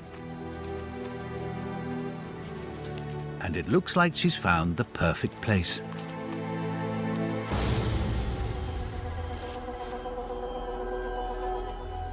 She's disguised as prey because she actually wants to be caught. Her hard-plated armor protects her as she turns the tables and stings the young tiger beetle. She doesn't kill it, but only paralyzes it. So this tiger beetle larva will be preserved as fresh meat for her own young that will soon hatch inside the tiger beetle's burrow. Remarkably, Methocha emerges unscathed.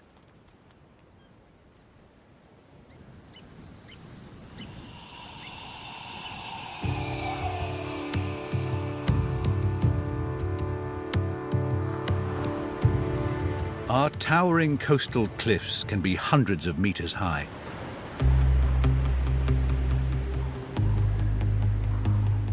For mountaineer Jim Langley, clinging onto the rock face is time well spent. With his climbing partner Jamie, they ascend the world-renowned sea cliffs in Anglesey on the Welsh coast.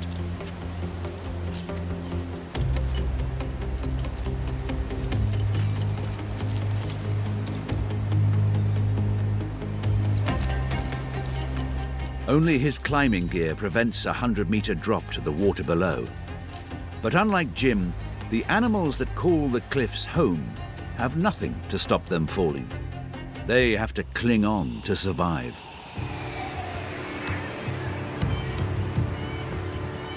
But the protection provided by this extreme environment outweighs the danger.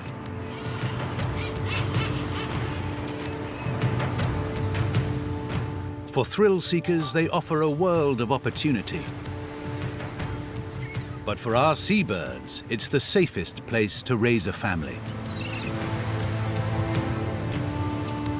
It's now midsummer in Anglesey, and things are hotting up at the guillemot colony. The pair have been incubating their egg for over a month. And finally, their chick has hatched. For now, it's totally dependent on the protection offered by its parents. For the great black-backed gull, there's a new item at the top of the menu.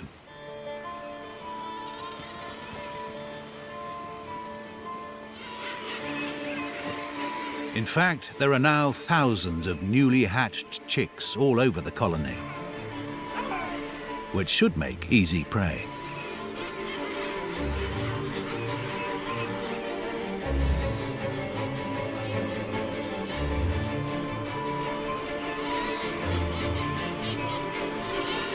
The gulls try to drive the parents away from their young. Packed tightly together, guillemot parents attempt to shield their precious chicks.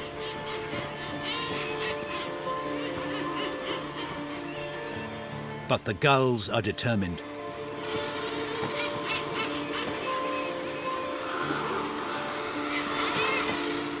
A chick tries to hide amongst the mass of adults.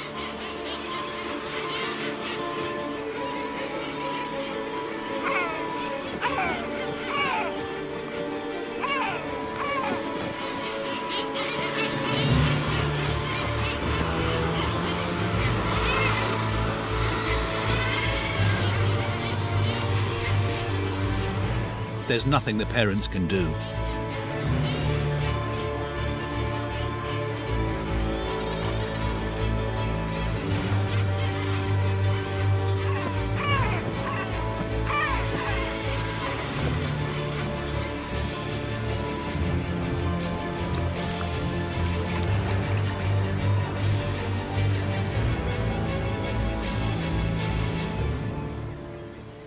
A guillemot family's loss is a gull family's gain.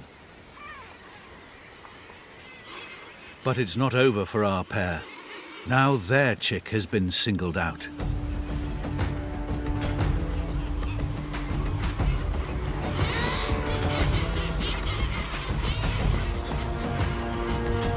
The female desperately tries to shield it from the gull.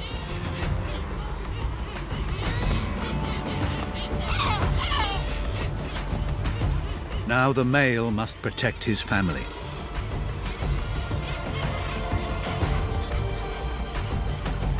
He's dwarfed by the hungry gull.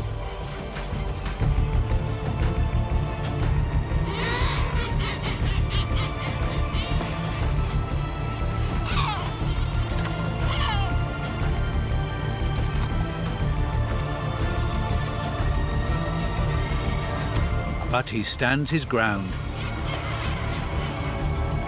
The gull backs down.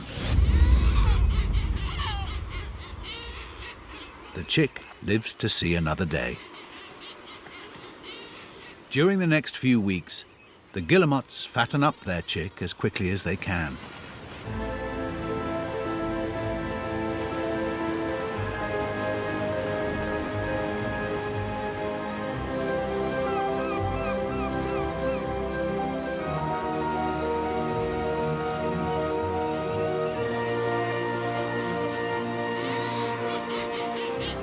By the time it's 3 weeks old, the chick is 5 times its original size. Like the other chicks in the colony, it's now ready to leave home.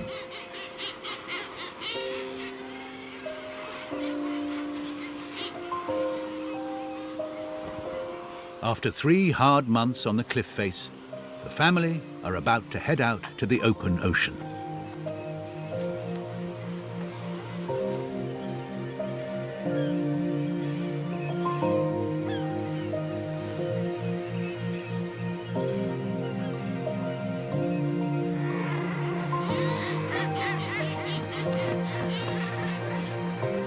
The male goes first, hoping to coax the chick away from the cliff.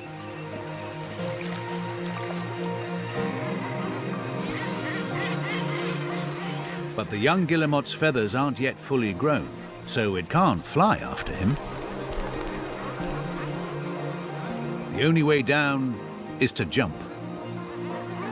Facing a 30-meter drop, the chick needs help. The male calls from the water as the chick stumbles to the edge of the cliff.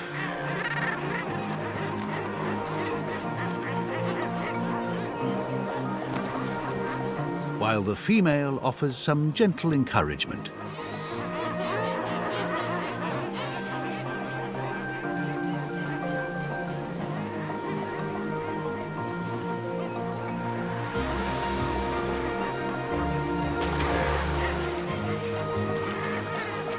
It's made it. Though the chick looks vulnerable, the risk is worth it. The fledgling is safer out at sea, and it's already a surprisingly strong swimmer. Reunited, the family heads out for a life amongst the waves. Millions of seabirds breeding on our shores commute out into the North Atlantic to feed. These fishing grounds are fed by one of the world's strongest ocean currents, the Gulf Stream.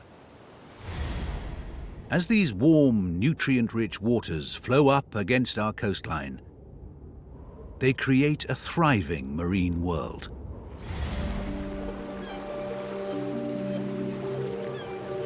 Beneath the waves, our coastal waters are bursting with life.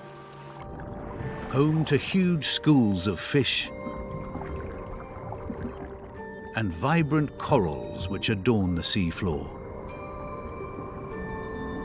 And every year, our warm coastal waters attract alien-like creatures arriving from the deep.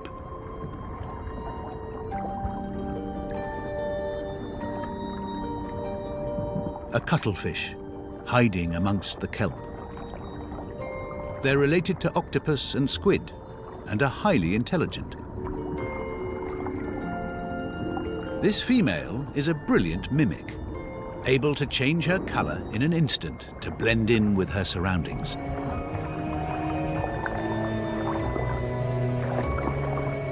She has 8 specialized arms to complete her disguise.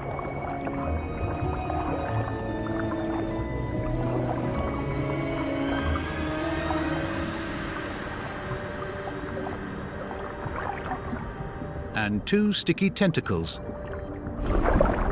to catch her prey.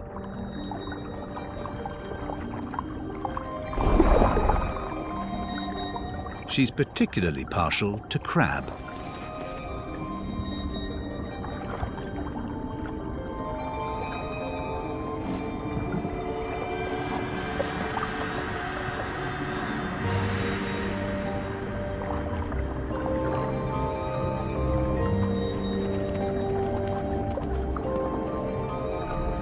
Her disguise allows her to get within striking distance.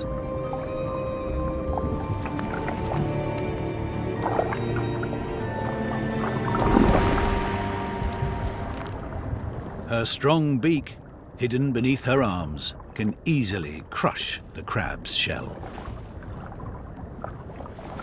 She's come to the coast for more than just food. She's here to find a mate. Hundreds of thousands of cuttlefish are here for the very same reason.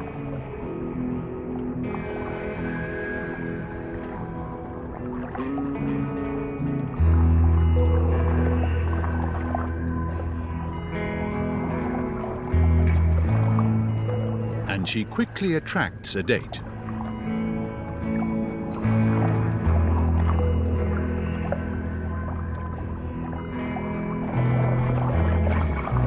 The larger male is extremely attentive.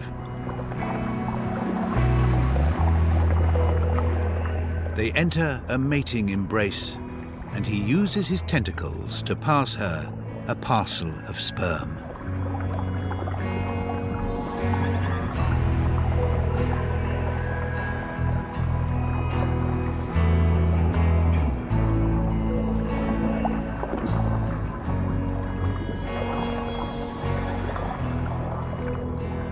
A few hours later, the female is ready to lay.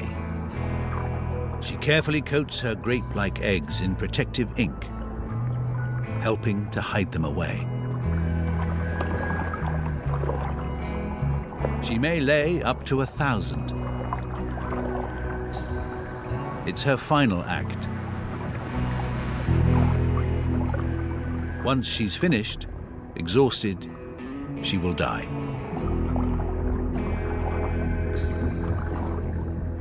Our warm, shallow coastal waters act as nurseries for thousands of marine species. And these rich fisheries provide food for people, as well as the animals living close to our shores.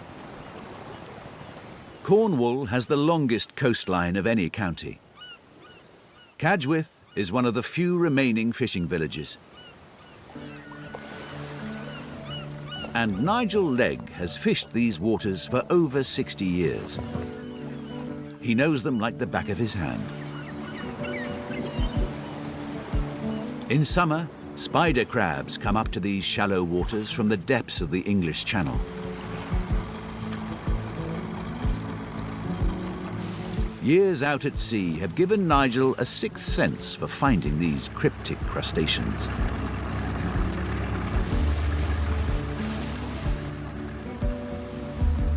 But the excitement of a catch never goes away.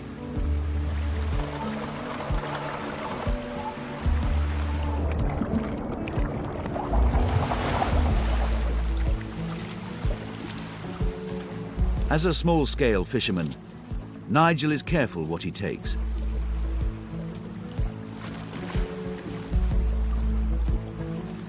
If the crabs are too small or are carrying eggs, then back they go. It will help to preserve the next generation and Nigel's way of life.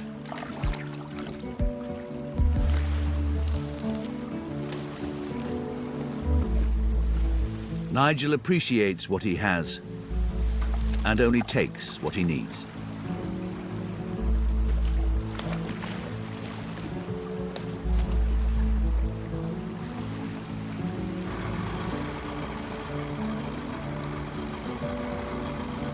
Little is known about spider crabs outside the fishing season, when they descend back down to the depths of the English Channel for another year. One of the most productive parts of our coastline is the in-between world created by our tides. Britain has some of the largest tides in the world, sometimes rising by as much as 15 meters. At low tide, expansive mudflats increase the area around our coasts by over 2,000 square miles. In the Wash, between Lincolnshire and Norfolk, this huge twice-daily change triggers a dramatic display. As winter approaches, wading birds arrive for a feast. At low tide, they gorge on creatures hidden in the mud. Over 350,000 birds have travelled from as far away as Greenland. Not are the most numerous. As the tide rushes in, they're pushed off their feeding grounds. The result? One of our coastline's most stunning spectacles.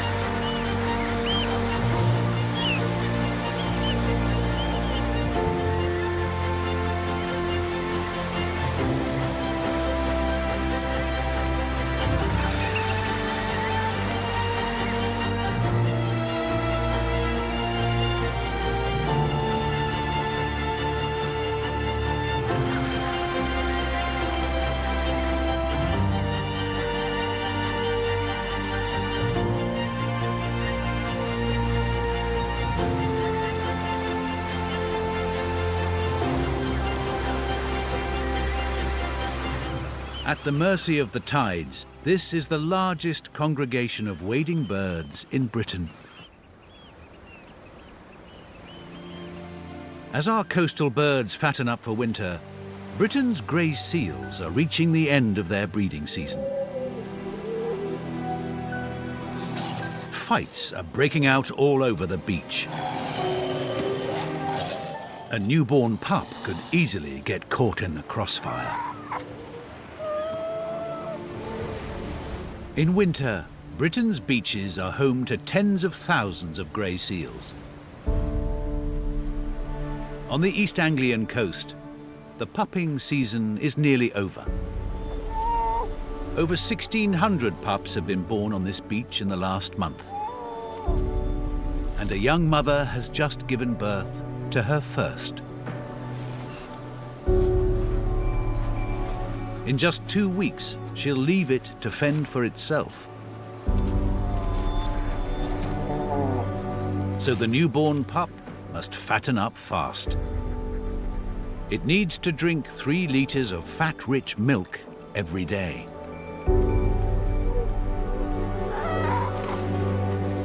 And the first feed is the most important.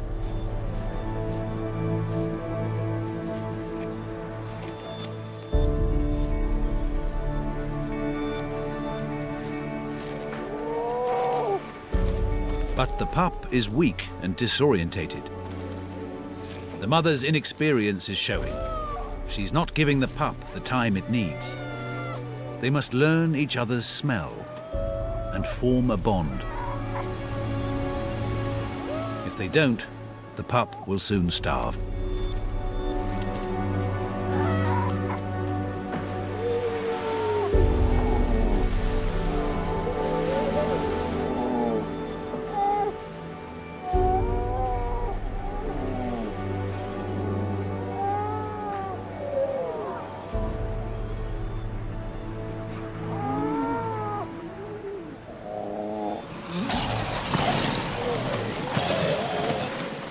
It couldn't be a worse time to be alone on the beach.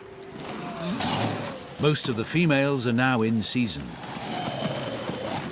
which means the males are more competitive and violent than ever. Many newborns are crushed, caught in the crossfire.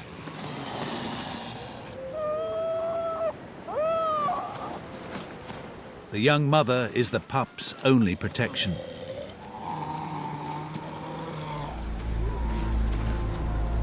But the dominant male here is challenged by a large bull. And he heads straight for his rival, oblivious of the fragile pup in his path.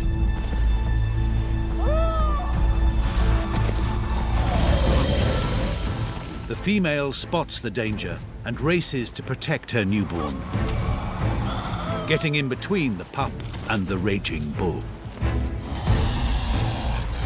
The male is pumped full of testosterone.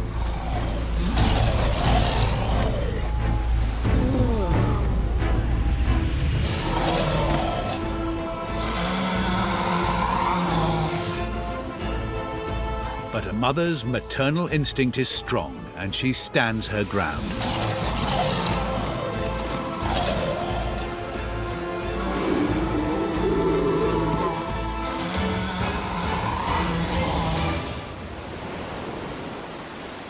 Finally, the bull backs down.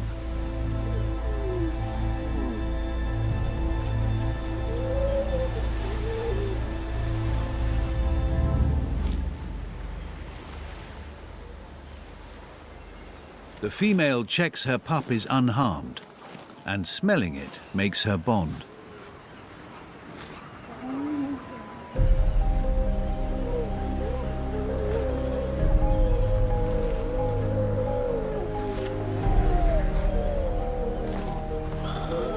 She tries again for the pup's all-important first feed.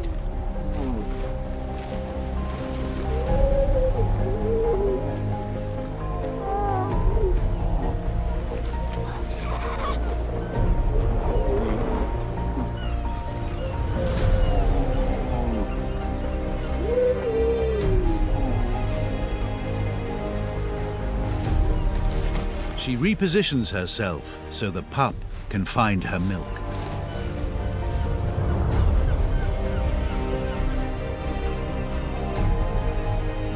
Success at last, and a promising start to a new life on our shores.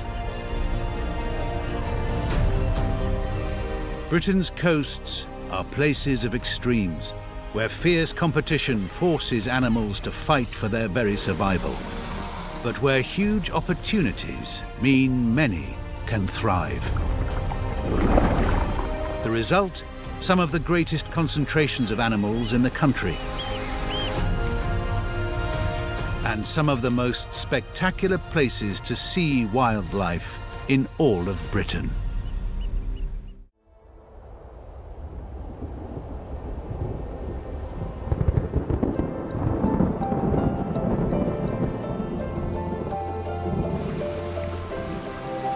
Rain. Britain has plenty of it. But as a result, it's blessed with rivers.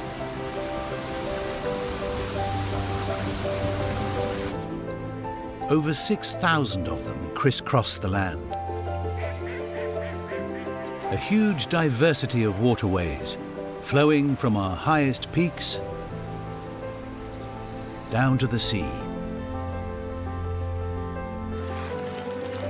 The animals that live here often go unnoticed, but they're remarkable.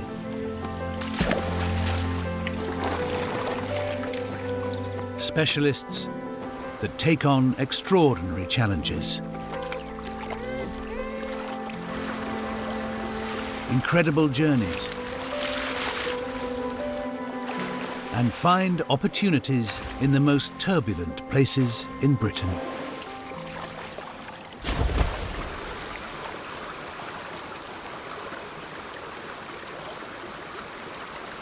High in the Yorkshire Dales, a young river tumbles through a secluded glen.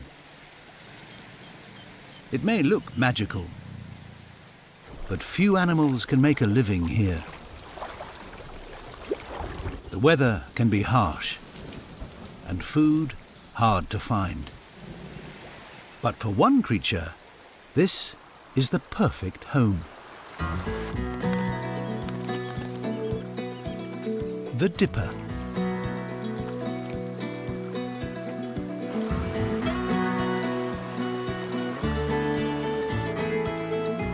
The only aquatic songbird in the world.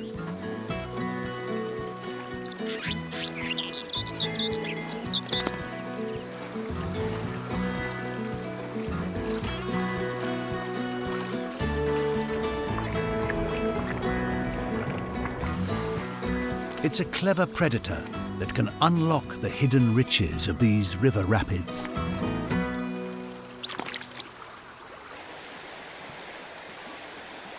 The treasure is underwater. And this male knows just how to get it. He does something no other songbird can do. He dives.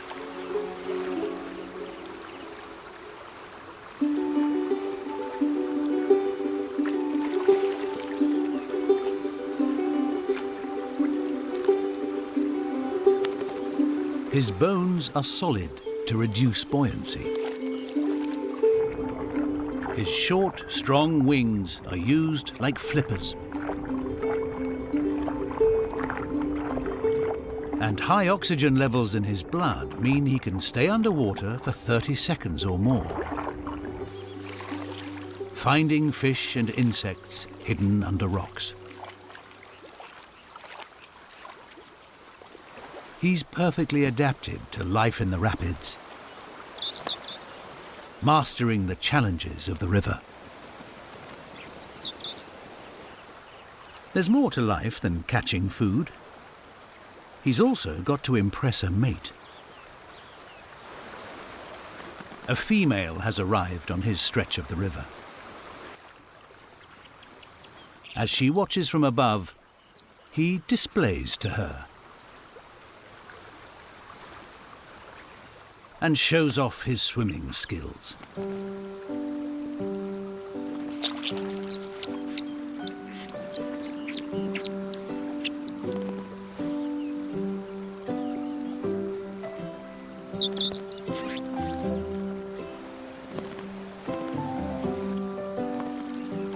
It may take a while to woo her,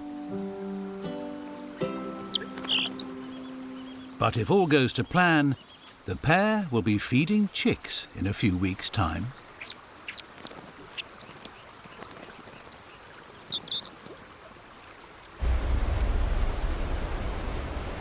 Few other animals venture into the dipper's upland realm.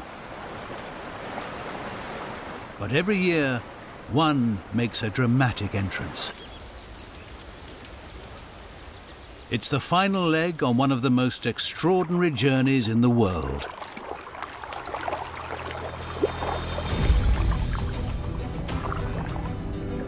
Atlantic salmon. They've travelled thousands of miles from Greenland to get here, having survived fishing nets and predators along the way. An incredible journey, with one thing on their mind: to breed. After 3 years at sea, around 75,000 salmon return to British rivers each year, swimming back to the same stretch of river in which they were born, guided by its unique smell. But there's a problem. A series of powerful waterfalls lies between the salmon and their final destination.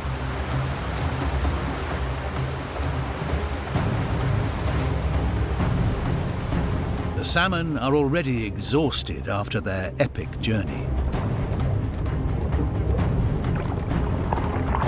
Driven by their desire to breed, they attempt to leap the falls.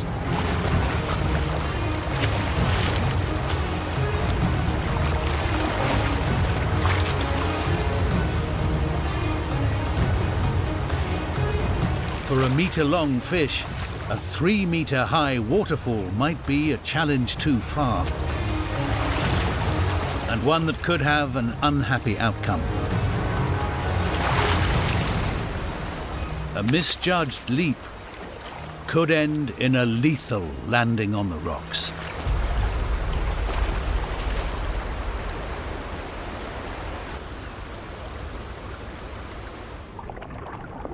For those that make it, having already leapt several waterfalls, they're exhausted.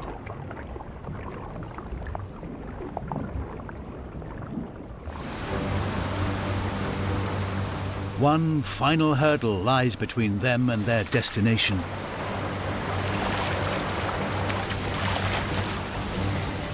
Instinct drives them on.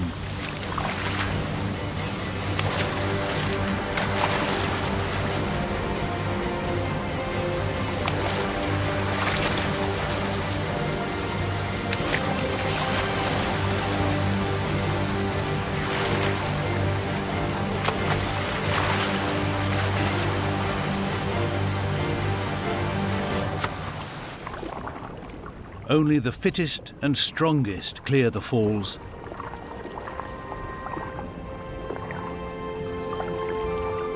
Finally reaching the breeding grounds.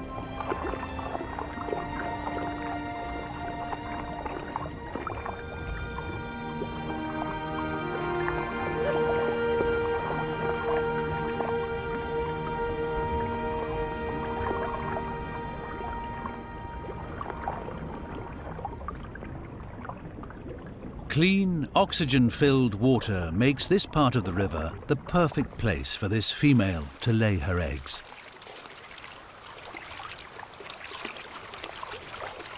And worth the epic effort to get here. She uses the last of her energy to dig a nest.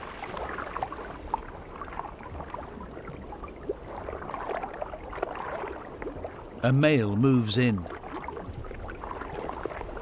Gentle stimulation encourages her to release her eggs, which he immediately fertilizes in a cloud of sperm.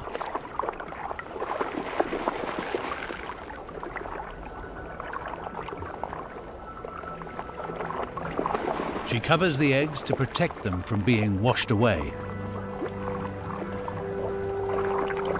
After their incredible journey, it's no wonder salmon are fondly called King of the River.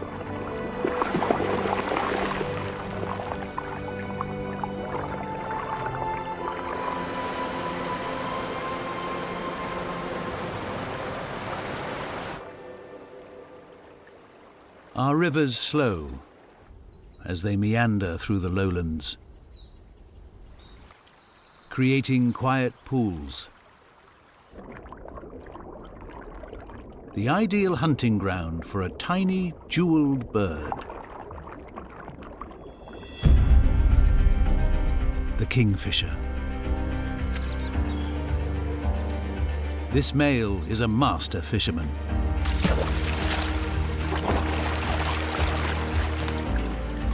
He needs to be. He must catch and eat his body weight in fish every day.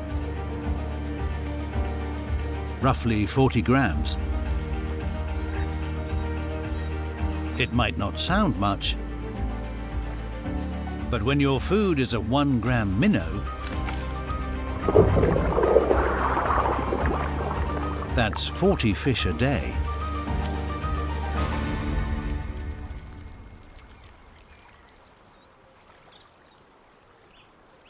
He's not only catching food to eat, he's courting a queen.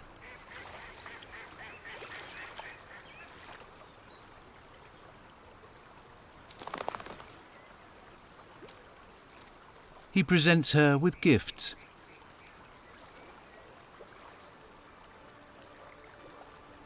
tokens of his affection.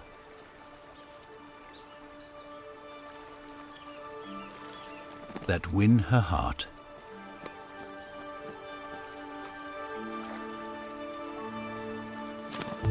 Now the hard work really begins. Kingfishers nest in riverbanks, digging a tunnel up to 1 metre long. The new couple shares the task, making a safe place to raise their young.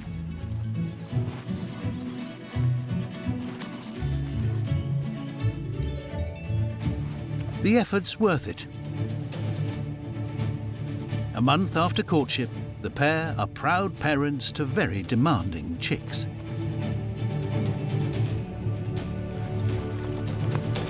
And their fishing quota shoots up to 150 fish a day.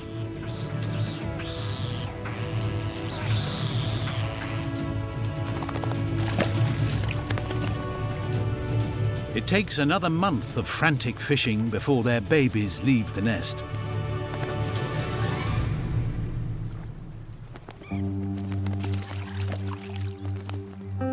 They decorate our quiet river bends with a royal flash of brilliant blue, leaving Mum and Dad to take it easy again.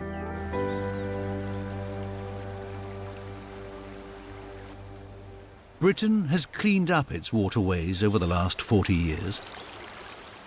As a result, many of our rivers are healthier than they've been in centuries. Good news for our weirdest river residents. Insects. These alien-looking creatures are in fact young flies known as nymphs. They only live in clean water, so their presence is a welcome sight. They spend most of their lives on the riverbed, remaining in this juvenile form for months, sometimes years.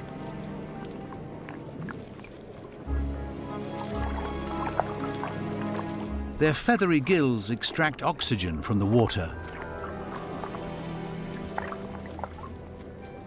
and they feed on microscopic food in the flow.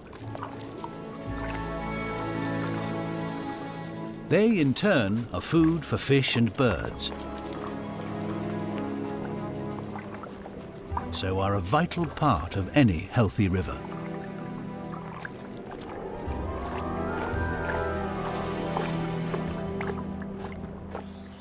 When warm spring weather triggers them to transform into adults, it creates a magical natural event. One that makes this chalk river in southern England world famous.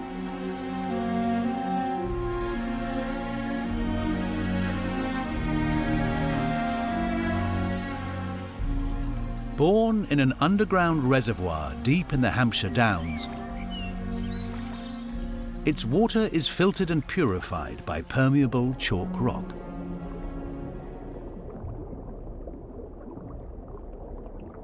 There are only 200 chalk rivers on Earth, and 85% of them are in England. The River Test tops the list for its beauty and abundant wildlife. The pristine water is full of life. Warm May weather signals the moment when mayflies start their journey from life underwater through a series of molts to a life above. The alien-like bug begins its transformation.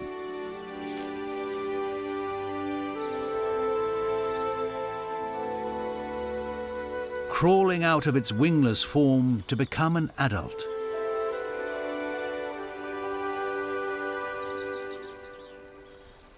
With delicate, lace-like wings,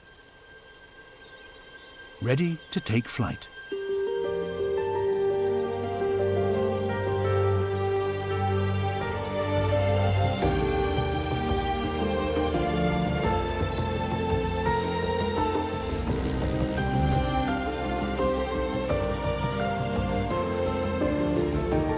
The angelic adults live for only a few hours.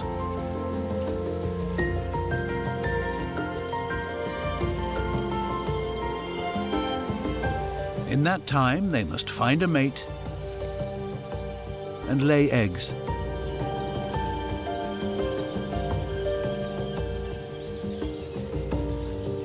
A brief, magical moment in the mayfly's life, but an event that makes this river forever special.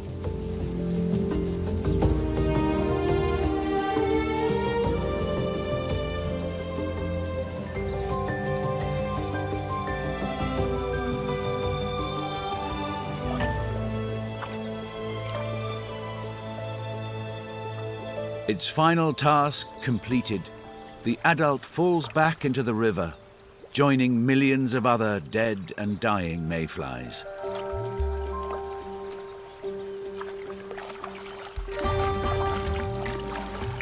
A huge variety of river life depends on this moment. Fish and birds gorge on the flies.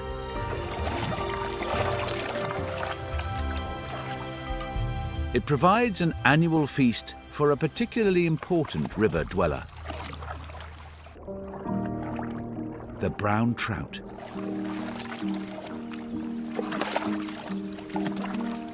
And the event draws fishermen from around the world.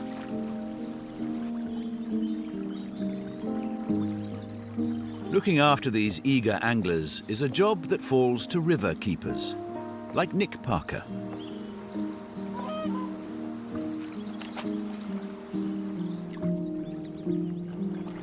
Each morning he patrols the banks of his stretch, carefully monitoring the health of its plant and animal life.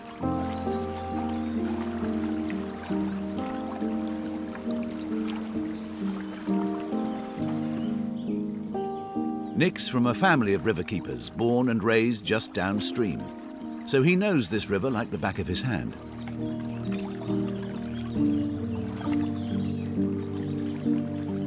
His knowledge and experience is especially important when the anglers arrive in May, a key month in every fly fisherman's calendar.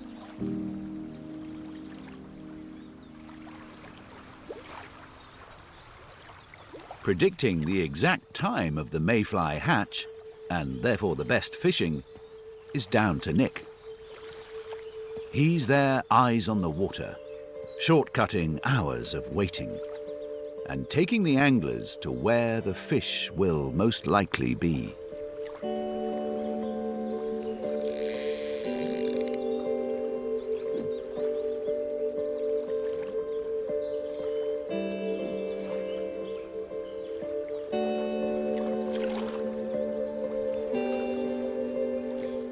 The River Test is considered to be the birthplace of modern-day fly fishing.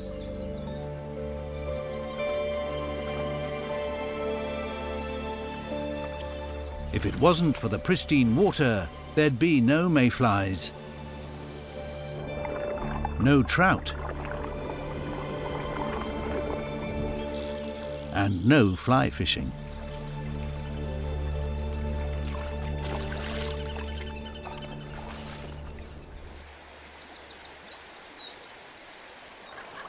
Back in Yorkshire, a month after their courtship, the dippers now have 3 hungry chicks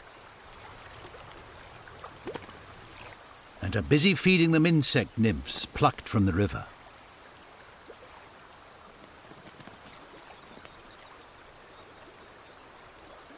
They've built their nest on a rock face right above the water. It's precarious, but it's there for a reason. To keep their young safe from predators, like the stoat that regularly patrols the bank.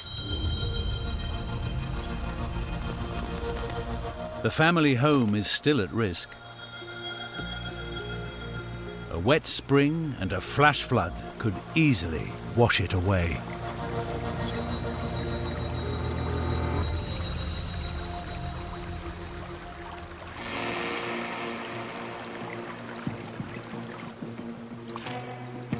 Undeterred, these plucky parents work around the clock to feed their chicks.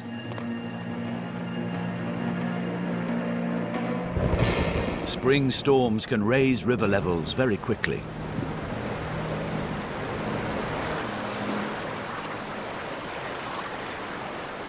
But this pair know what they're doing. Their perfectly positioned nest has kept their family safe.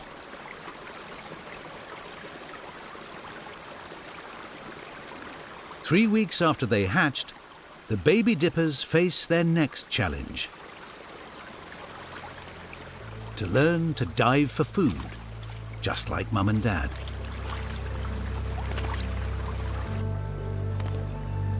The riverbank is the ideal place to watch and learn.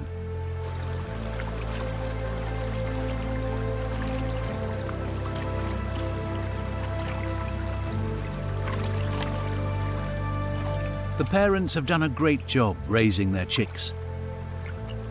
And in just 2 weeks' time, the young dippers will move on to their own stretch of river.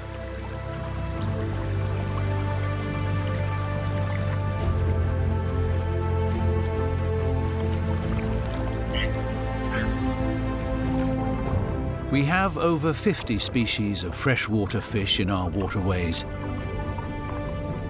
from tiny minnows to colossal carp. Each favours different conditions and a different way of life. One even seems to have a personality. The grayling. It's a smaller, more flamboyant relative of the salmon, and its elegant fins give it the nickname Lady of the Stream. Like their better-known cousins, grayling migrate to their breeding grounds every year.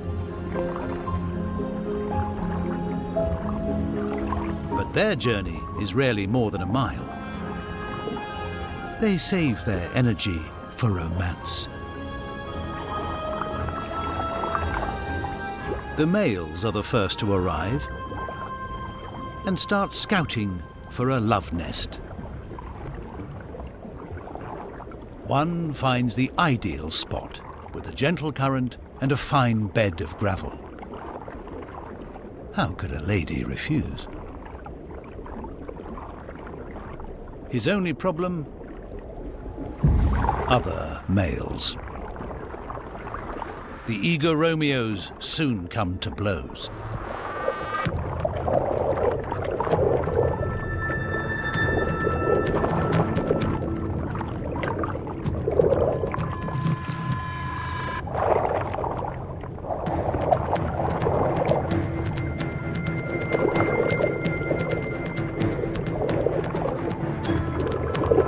He manages to hold his ground.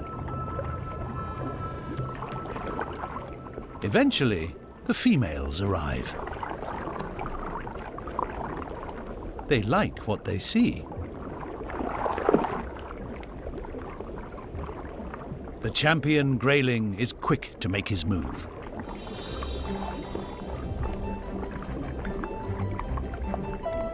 He caresses her side and lets passion take over.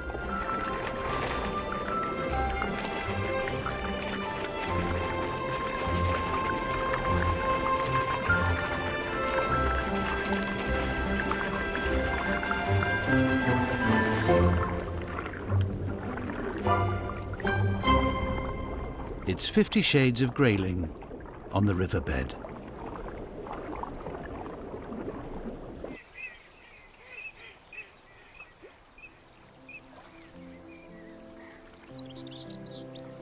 Healthy rivers mean plenty of fish, which is why one of our most lovable river residents is bouncing back from the brink of extinction.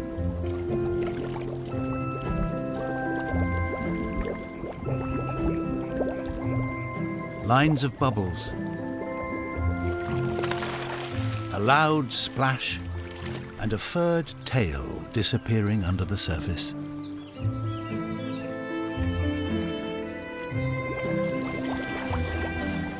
All signs of the elusive otter.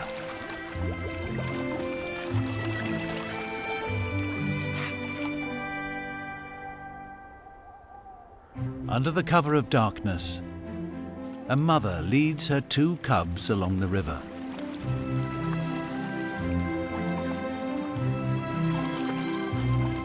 They're only a few months old, and they still have important lessons to learn.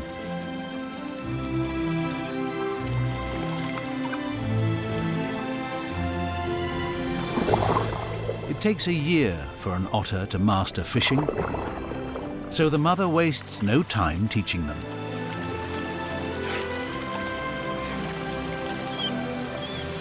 The loose rocks hide tiny nymphs.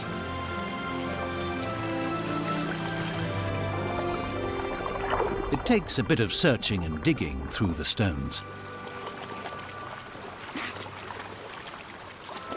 A handy snack on the go.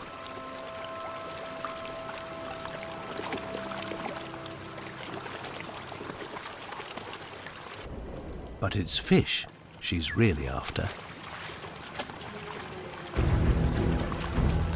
And she's perfectly built to catch them.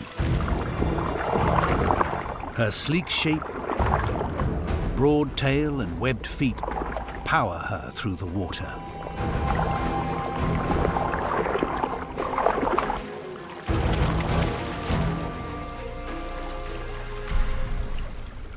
But her hunt comes to nothing when the playful cubs ruin it for her. They still haven't grasped this important life lesson. But for now, they have time on their side. Families like this are an increasingly regular sight. After a long absence, otters can now be found in every county in Britain.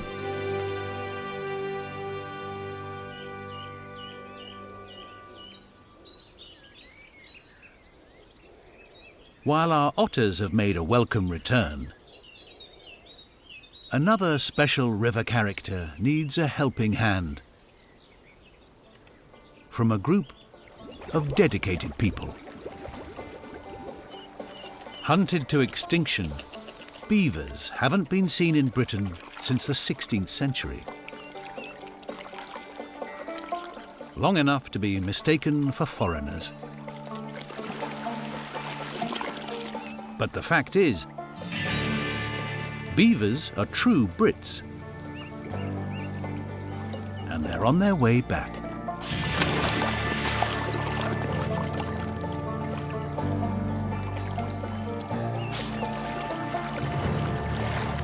A key player in helping their return is ecologist Derek Gow. His barns no longer house sheep and cattle, but beavers.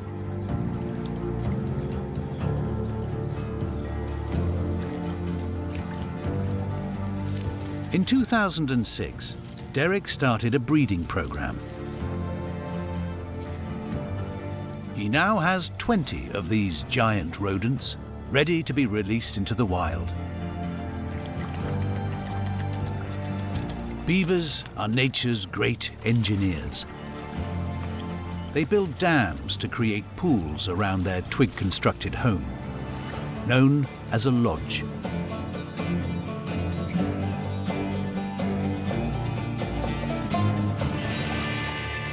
This deep, slow water provides a sanctuary where the beavers can live safely.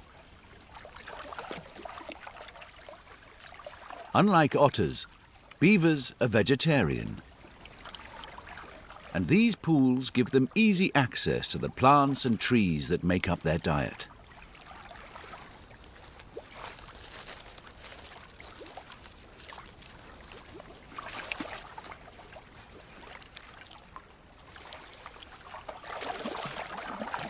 Beavers are well adapted for their aquatic lifestyle. With webbed hind feet, and a large flat tail that acts like a rudder in the water.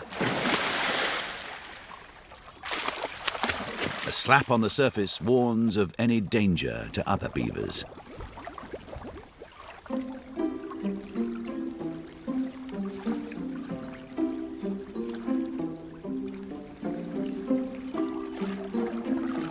A thick, waterproof coat takes a lot of looking after.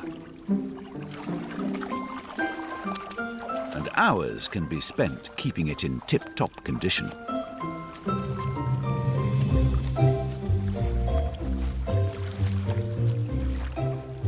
Grooming together helps secure bonds amongst the extended beaver family, called a colony.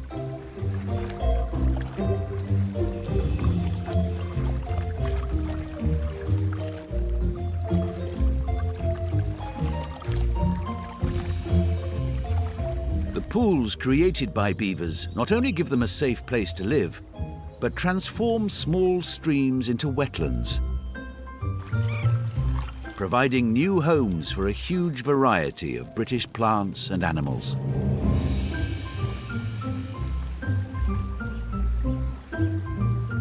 Pools also help clean up our rivers.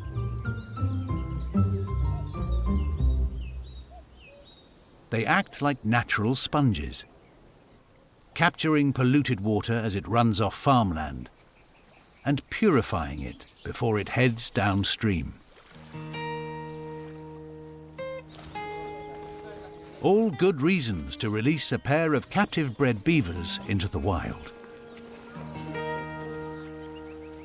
The release site has been carefully selected. It has everything a beaver family could want. 5 acres of river, pools and plant life. This is an historic moment for British rivers, drawing crowds from across the country. The crates are in place, the cameras are ready. Bring out the beavers.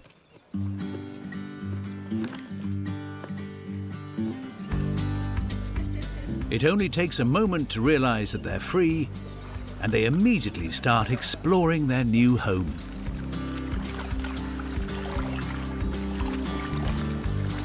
It's the first time a beaver has swum in a Cornish river in over 4 centuries. The release is a great result for Derek and the team.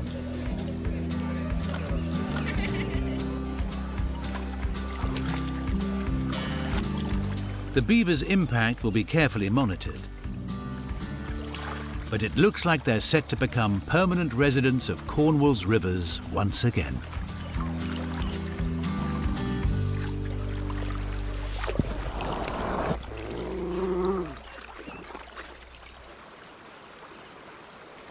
As rivers continue their journey from source to sea, they provide challenges and opportunities along the way.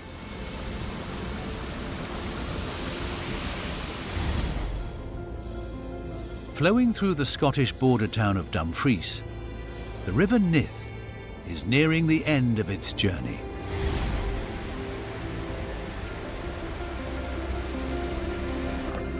Migrating fish are moving upriver, but this weir is as far as many will get.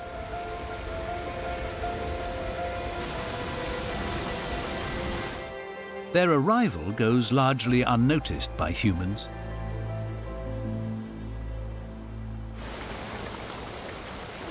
But not by the local wildlife.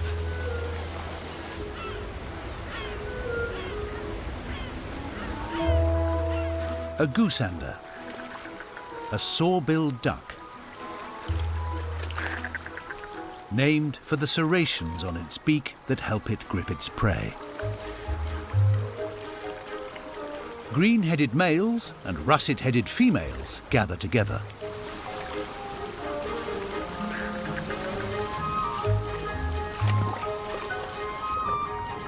There may be plenty of fish, but catching them is another matter. If anything can succeed in these turbulent waters,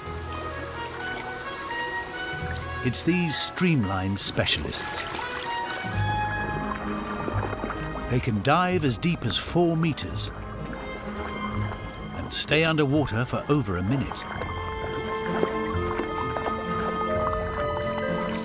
So it's only a matter of time before one comes up trumps.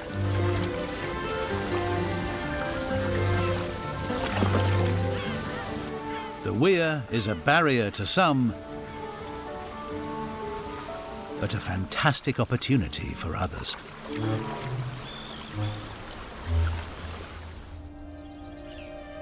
As our rivers reach the coast, they enter the last stages of their life.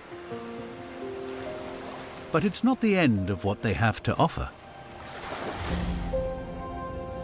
On Scotland's east coast, where the Bewley and Ness rivers flow into the Moray Firth, rare and intelligent animals arrive at a certain time of year.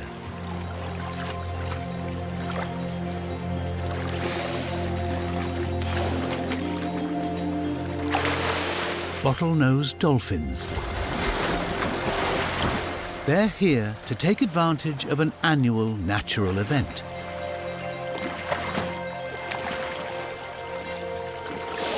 One that draws them close to land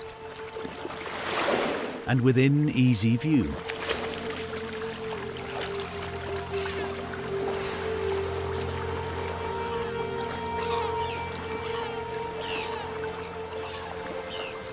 In June and July, thousands of migrating salmon arrive at our coast en route to their breeding grounds. A potential feast for the dolphins. But what brings the dolphins here, so close to shore? The answer lies in the unique geography of this location. 2 points of land that jut into the Moray Firth, squeezing the incoming tide into a narrow gap, and carrying the migrating salmon with it. The dolphins know that the tide flows faster as it races around the point.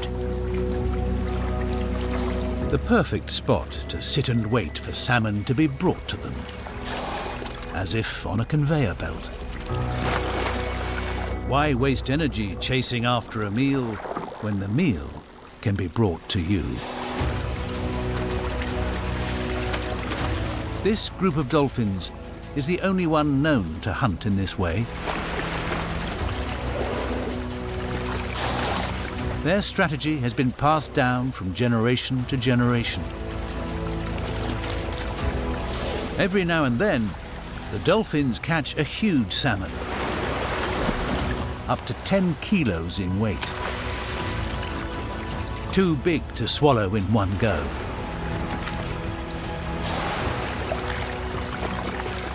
It can take 45 minutes to get the angle just right.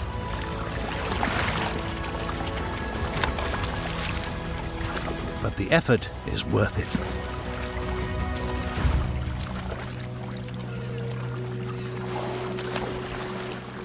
There's nowhere else on Earth where dolphins are guaranteed to come so close to land and so often.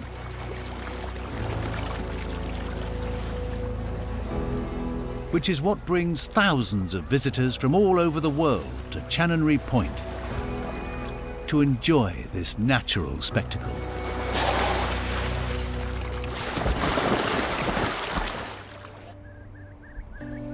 Back on the west coast, just south of Dumfries, the River Nith finally reaches the sea. It slows and drops its load. Ton upon ton of nutrient-rich silt carried down from the hills, creating vast mudflats and fertile marshes.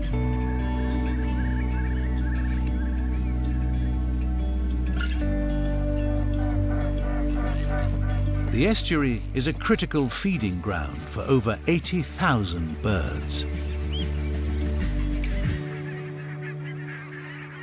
Half of those are barnacle geese, escaping the Arctic winter.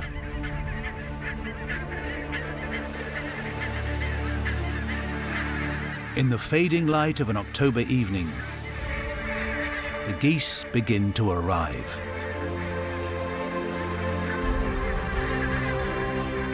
They've flown 2,000 miles south, non-stop, for 3 days across the open ocean.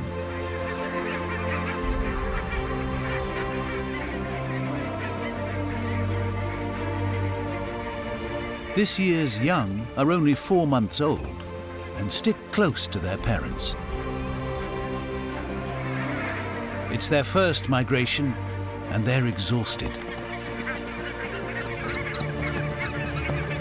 They've travelled all this way for this. A perfect stretch of succulent grasses fertilised by rich river deposits.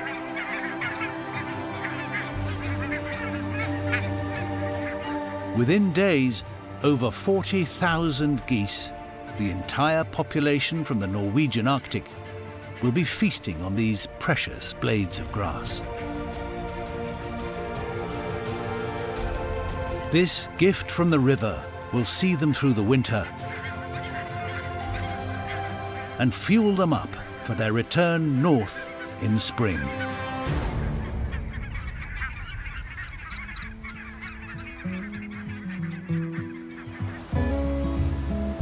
Britain's rivers are some of the finest in the world. Numerous and varied. From bubbling mountain brooks to gin-clear chalk streams, to mature languid waterways and vast muddy estuaries. Some are the cleanest they've been in decades, allowing incredible diversity. And a welcome return by some of our favourite river characters.